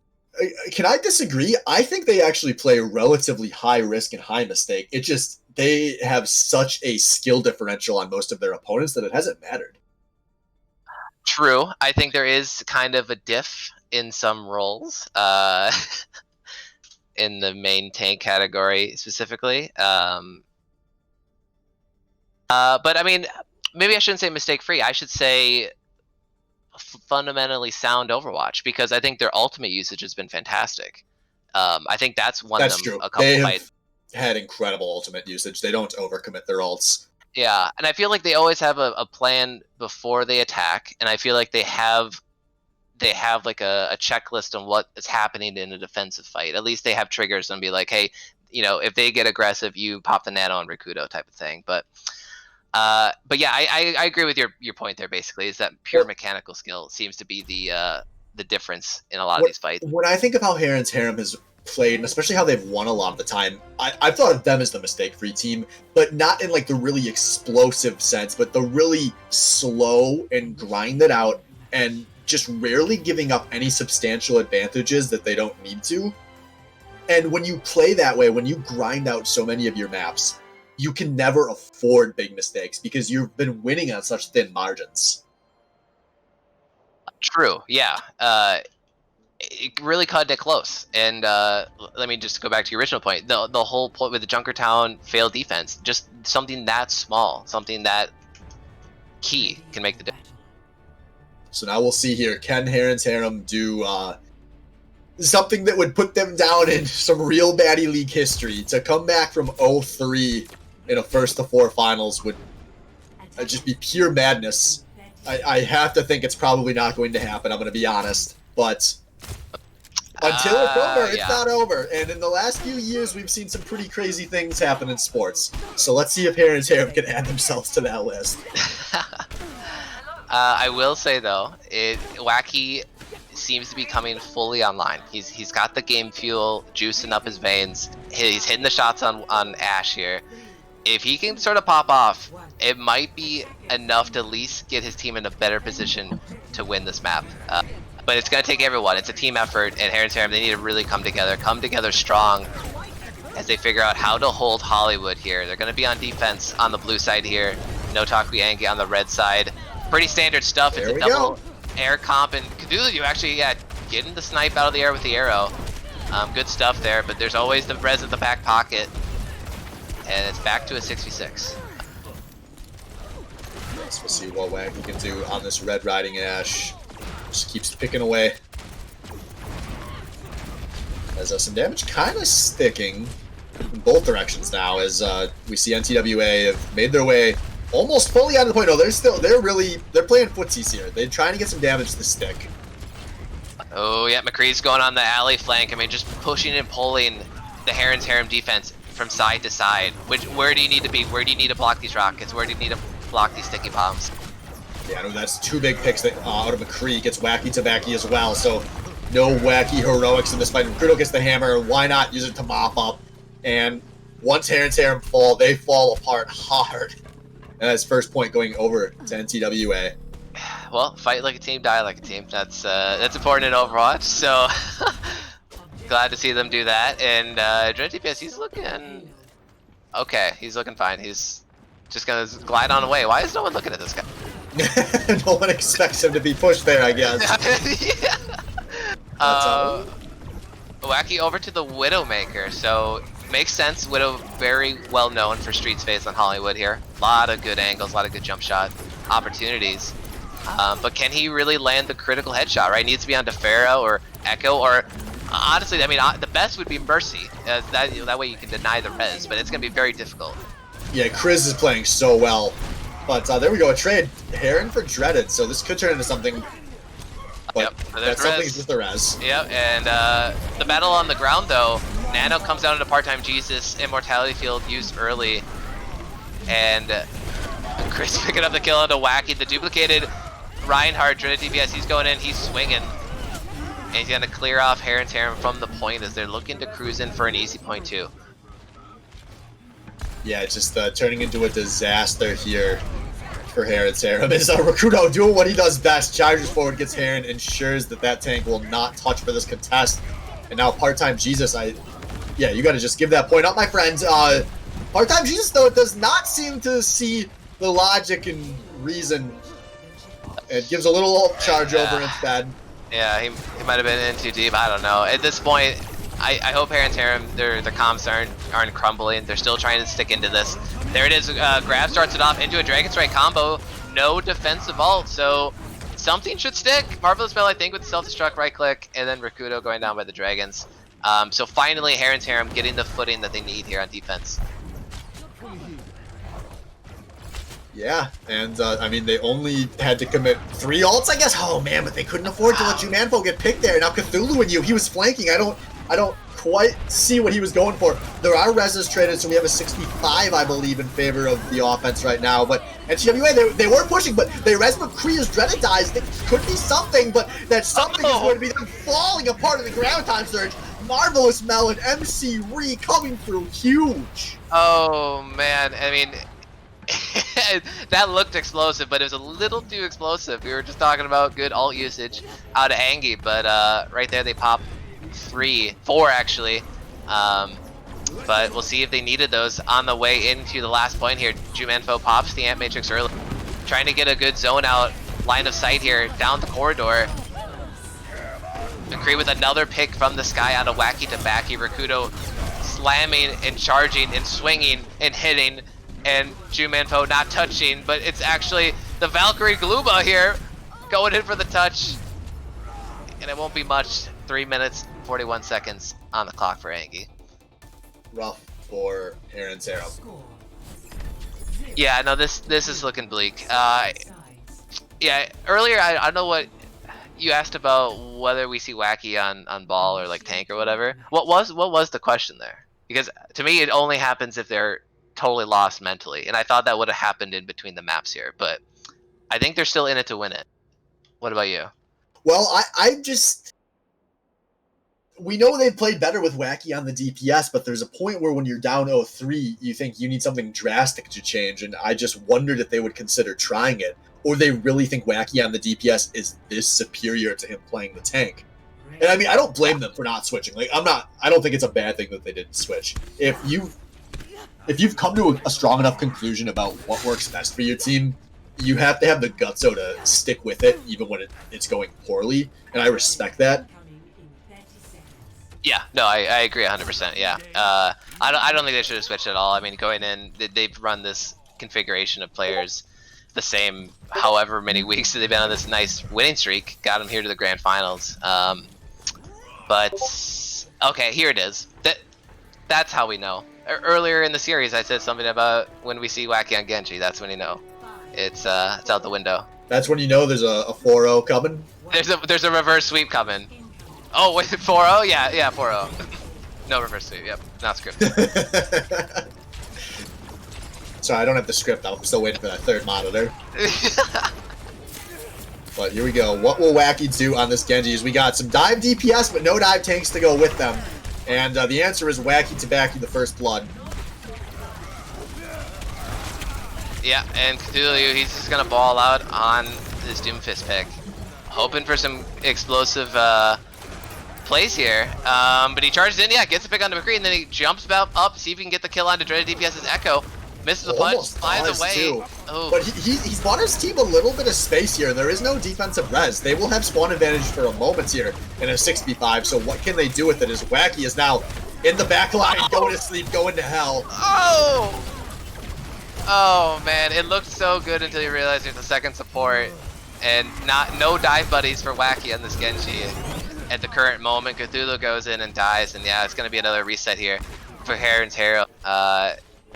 I mean, I get Wacky and Cthulhu on Doomfist and Genji respectively. They need to just dive in and try to one-hit Kriz before anything can happen, but the trans is going to be ready for this next fight. Yeah, Wacky, I mean, to be honest, has been useless on this Genji. 38% on the ult meter at this point. Yeah. If they're in this to play, they need to swap this. Yep. They did they get a pick in the alleyway? Looks like they... Yeah, well, Rakudo was pushing basically all the way back to offensive spawn. Oh my god, right now. You're right. I'm over here looking at alleyway, looking at HAREM's HAREM, and Rakudo's on the other side of the map. Cthulhu when you does come through and finds a pick onto Kriz and some damage here. This has turned into a weird fight. Some members back towards the point here as Cthulhu found a second kill. And maybe this is the chance here. Rakudo down, now HAREM and Cthulhu and you are down, though Marvelous Mel with some big picks, and in the chaos, I think the defense holds. Yep, Wacky pleading in chat that he can build up his blade because he's not sure if he can get one.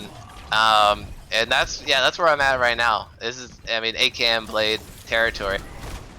Yeah, but not as bad. I think he will get it just idly. It's no guarantee. The rate he is going at, he is going to cut it close. He's gonna pop it in overtime. Okay, while we have a second 30, is Doomfist Genji with those tanks as bad as I think it is? Yes.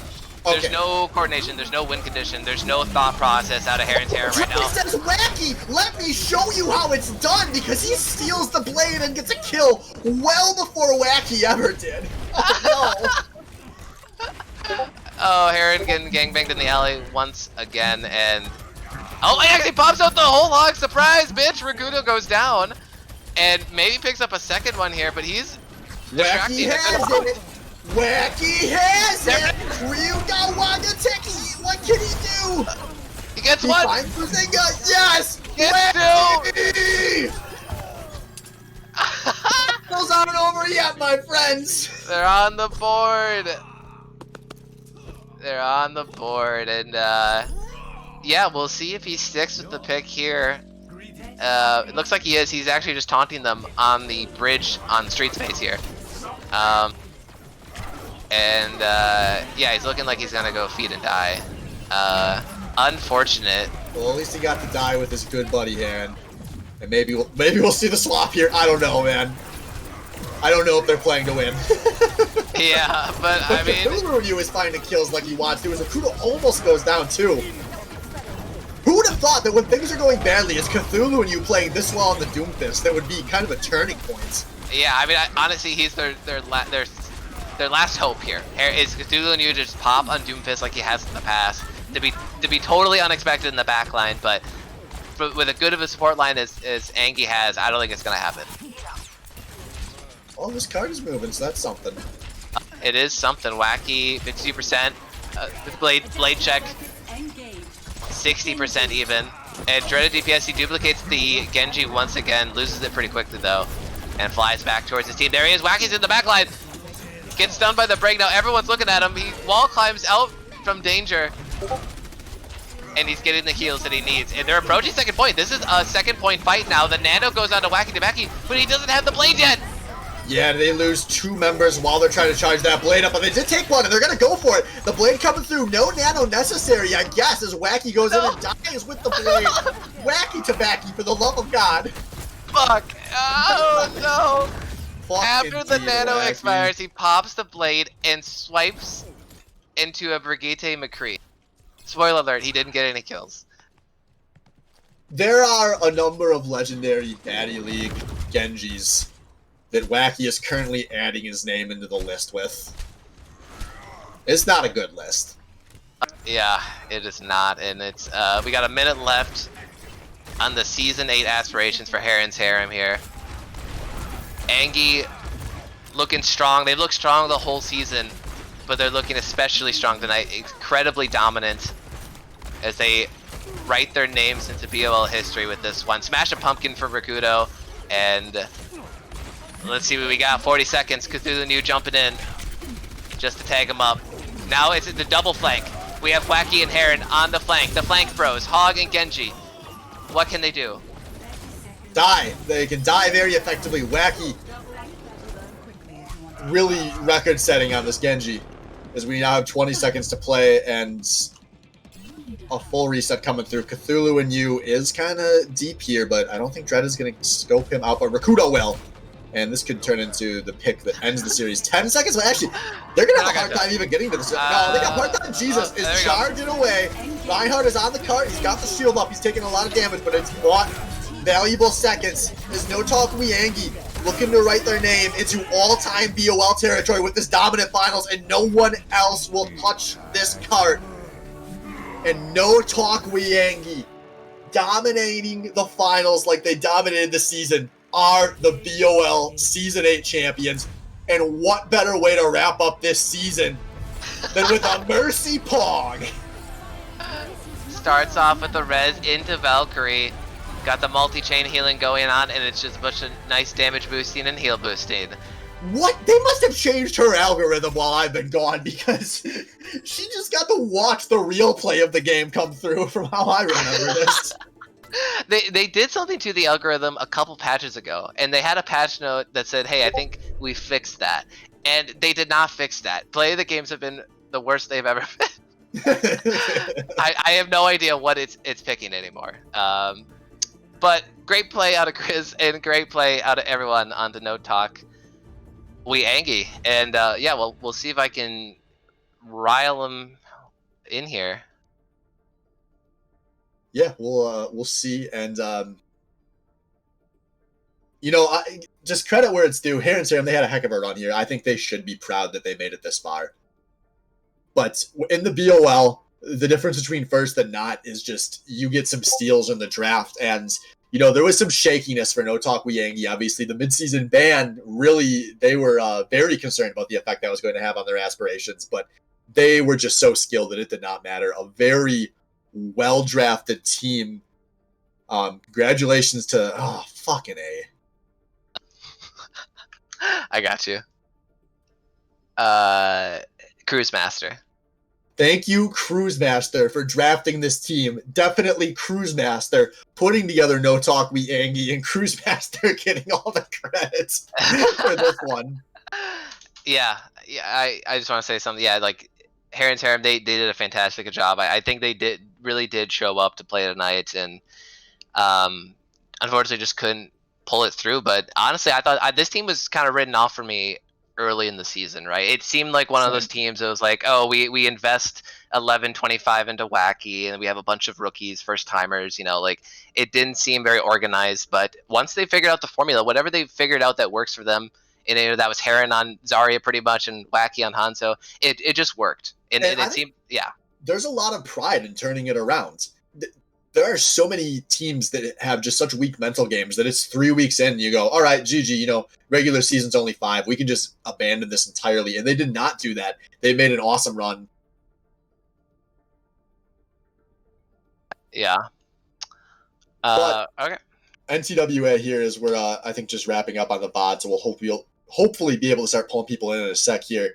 Yep. I mean, just absolutely dominant, one of the best POL teams ever. And they absolutely deserve to be the champions because they've just been better in basically every aspect. As we are now going to start pulling some members of our champions in here. Ladies and gentlemen, No Talk Yankee. Oh. Welcome to the booth. Congratulations on the win. How are you all feeling? Bored. Hello. I mean, pretty pumped. That was pretty fucking. That was poggers. Yeah. Yeah. I thought that. We all did a countdown 3, 2, 1 and said poggers at the beginning of the match. That's why we won. So Because we AJ, watched so much for Twitch your prediction, television. Mr. Oh, I think this will be like a decent finals. It won't be a stomp. Holy fuck. Well, yeah, we're paid to say that, so Oh. yeah. Okay. Keep it interesting. Well, I mean, I guess to go into that, you seem pretty confident going into this week. I mean, having 2 bye weeks, right, where you guys are just idly sitting by, and I imagine there wasn't a ton of practice. You're not scrimming against any other BOL teams, and you just watched HAREM, basically roll through the quarterfinals and the semifinals. How did you guys feel going into this week? Was there any special preparation or strategies? I may or may not have reviewed every match that they played last week and wrote notes about it. May or may not have done that. Oh, okay. Yeah. You did the homework. Did the homework. We just figured out what comps would probably work best against them and their playstyle. And after the first game, it was very easy to see they were starting to tilt. And then as soon as the lever starts to tilt, you just put all your weight on it. Keep tilting them till they tilt off the face of the planet. Yeah. By the way. Tilt-a-whirl? Tilt-a-whirl. I did my part too. I tried to set up 3 different scrims and none of them came through. Oh, well, at least there was an Practiced a effort. lot.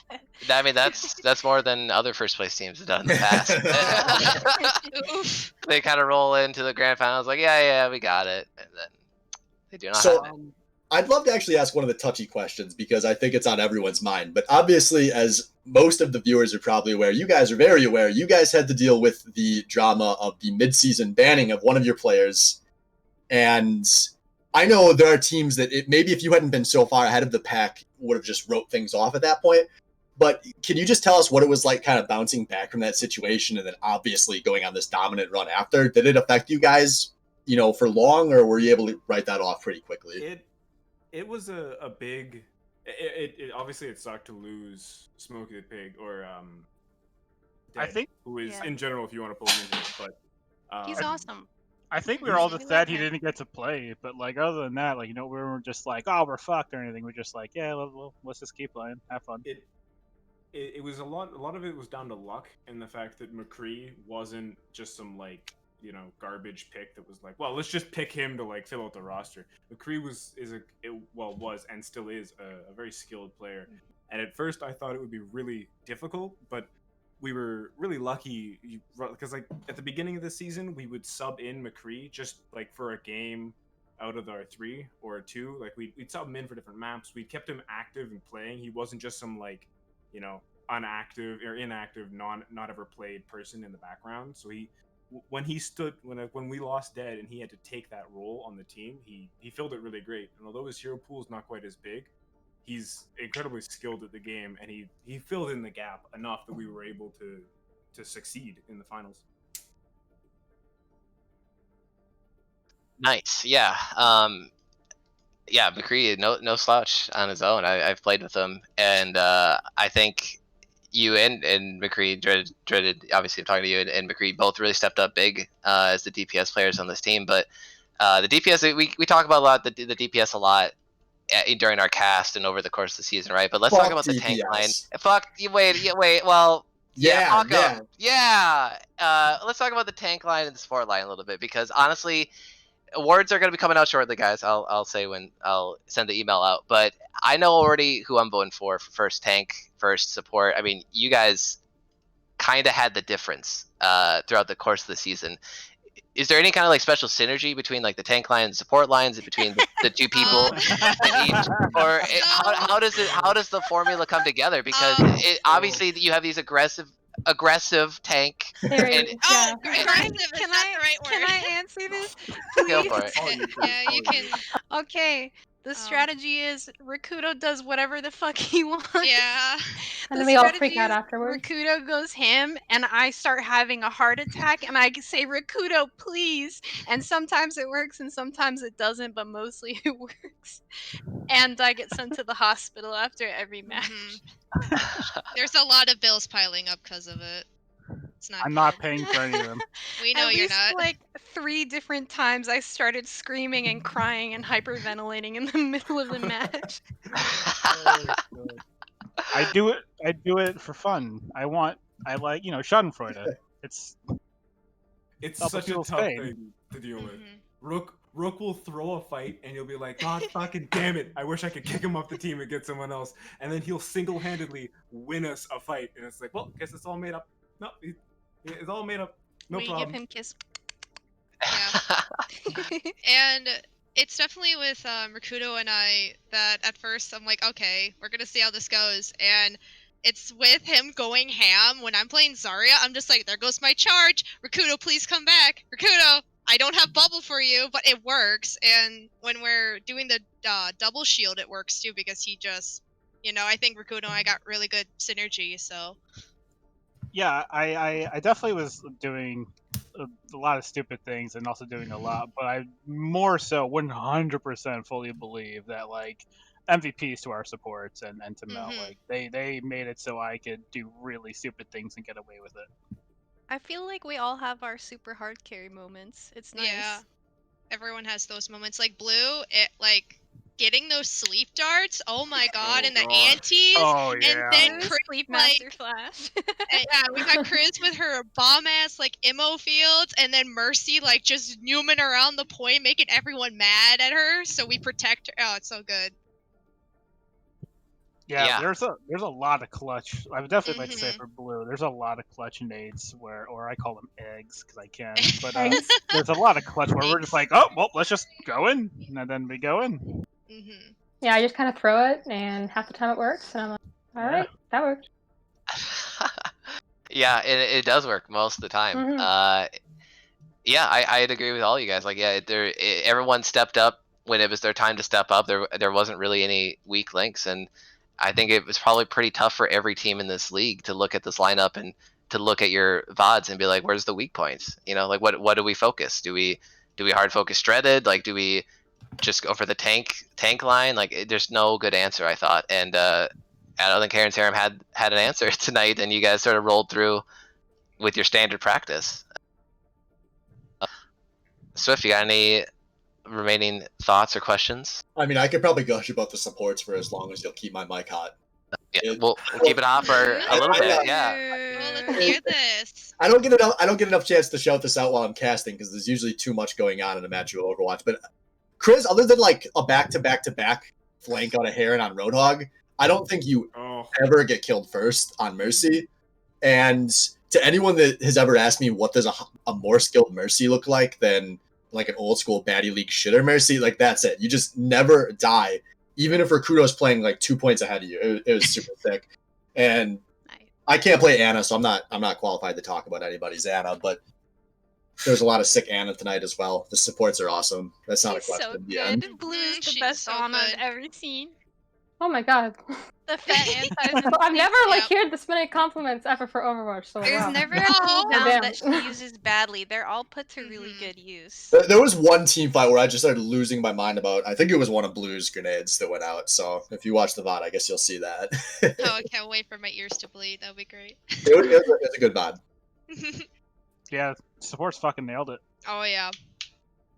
And I think like, we all fucking nailed it, honestly. yeah, no, we gotta give credit where it's due. Like, Dreaded has been a really good team captain. He's been on top of things, and like he said, he watched like videos and was giving us coaching. Mhm. Yeah, And Dreaded's Chris, such a coach. yeah, he's such a good coach. And then Chris and Dreaded and Rakudo, they're all doing like they do really good call outs. Chris especially, like she's just like, Yeah. do it, get over there, like an angry mom, and you're scared she's gonna come at you with a sandal, and you're like, oh crap, I gotta go kill it. So- Yeah, Chris has Yeah, really good call outs, exactly. and since Chris keeps calling out, then everyone else is like, oh, we should call out. So it really helps the communication. Mm-hmm. Actually, Good, there yeah. was one other tactics question I wanted to ask you guys about, because 30 and I had been kind of talking about it all match, but was there ever like a condition in your mind where you were going to swap Dreaded over to Widow, or was what you were running just that far superior to it? So, as the person who made the strategy, so to speak, around like what maps we were gonna pick, like I was the one who was like, "Hey, we gotta play Busan. We're not playing the other maps. The Doomfist will destroy us if we do." I wanted to play Widow so bad. I've wanted to play Widow the entire night, but against their team comp, I had to concede because their team comp it doesn't work. We're so much stronger when there is a Echo plus Pharah plus Mercy comp as opposed to me doing Widow and like I might be able to get a pick, but I'd never be able to actually. They're competent enough of a team that they're tight enough and behind shield enough that I knew I couldn't put the pressure on there, and I wanted to play Widowmaker, but I knew like I'd never be able to win King's Row as Widowmaker. It had to be Echo, played Echo, because I wanted to win. So I wanted Widow. To anyone who was looking for it, I wanted Widow so bad, but she's just not viable anymore. Not right. Yeah, I was gonna say Echo seems a little too strong not to Mhm. at least think about playing in the current state of the game. Did you see the triple graph? yeah. Yeah. We saw a bunch of crazy shit out of You Echo can't do that stuff tonight. with Widowmaker. Yeah, yeah. With the Mercy Pocket especially, and when you guys ran double air like with the Pharah and Echo, it seems super annoying, and no team really had a good answer for it. HAREM obviously tonight they didn't. But yeah.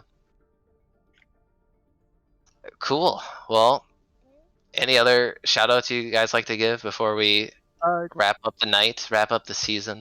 Yeah, definitely. I want to point out that like I hope all the teams had a lot of fun and they all played awesomely, and like obviously there's little kinks in here with all this like the stuff and things and bobbers, but I just want to make sure that everyone is like having fun, making sure that they're all doing good. And shout out to you guys. Correct. Yeah, Mhm. thanks for running this whole biz nasty. Can't be easy running all of this stuff. We love you, 30. Yeah, thanks, 30. We love you, Casper. Okay, We all love right. you, Pick 30. production. Thank you. But I think with that, yeah, I'll wrap up the stream, wrap up the season. So that was season 8 of the Baddy Overwatch League. Who knows where the BOL will go from here.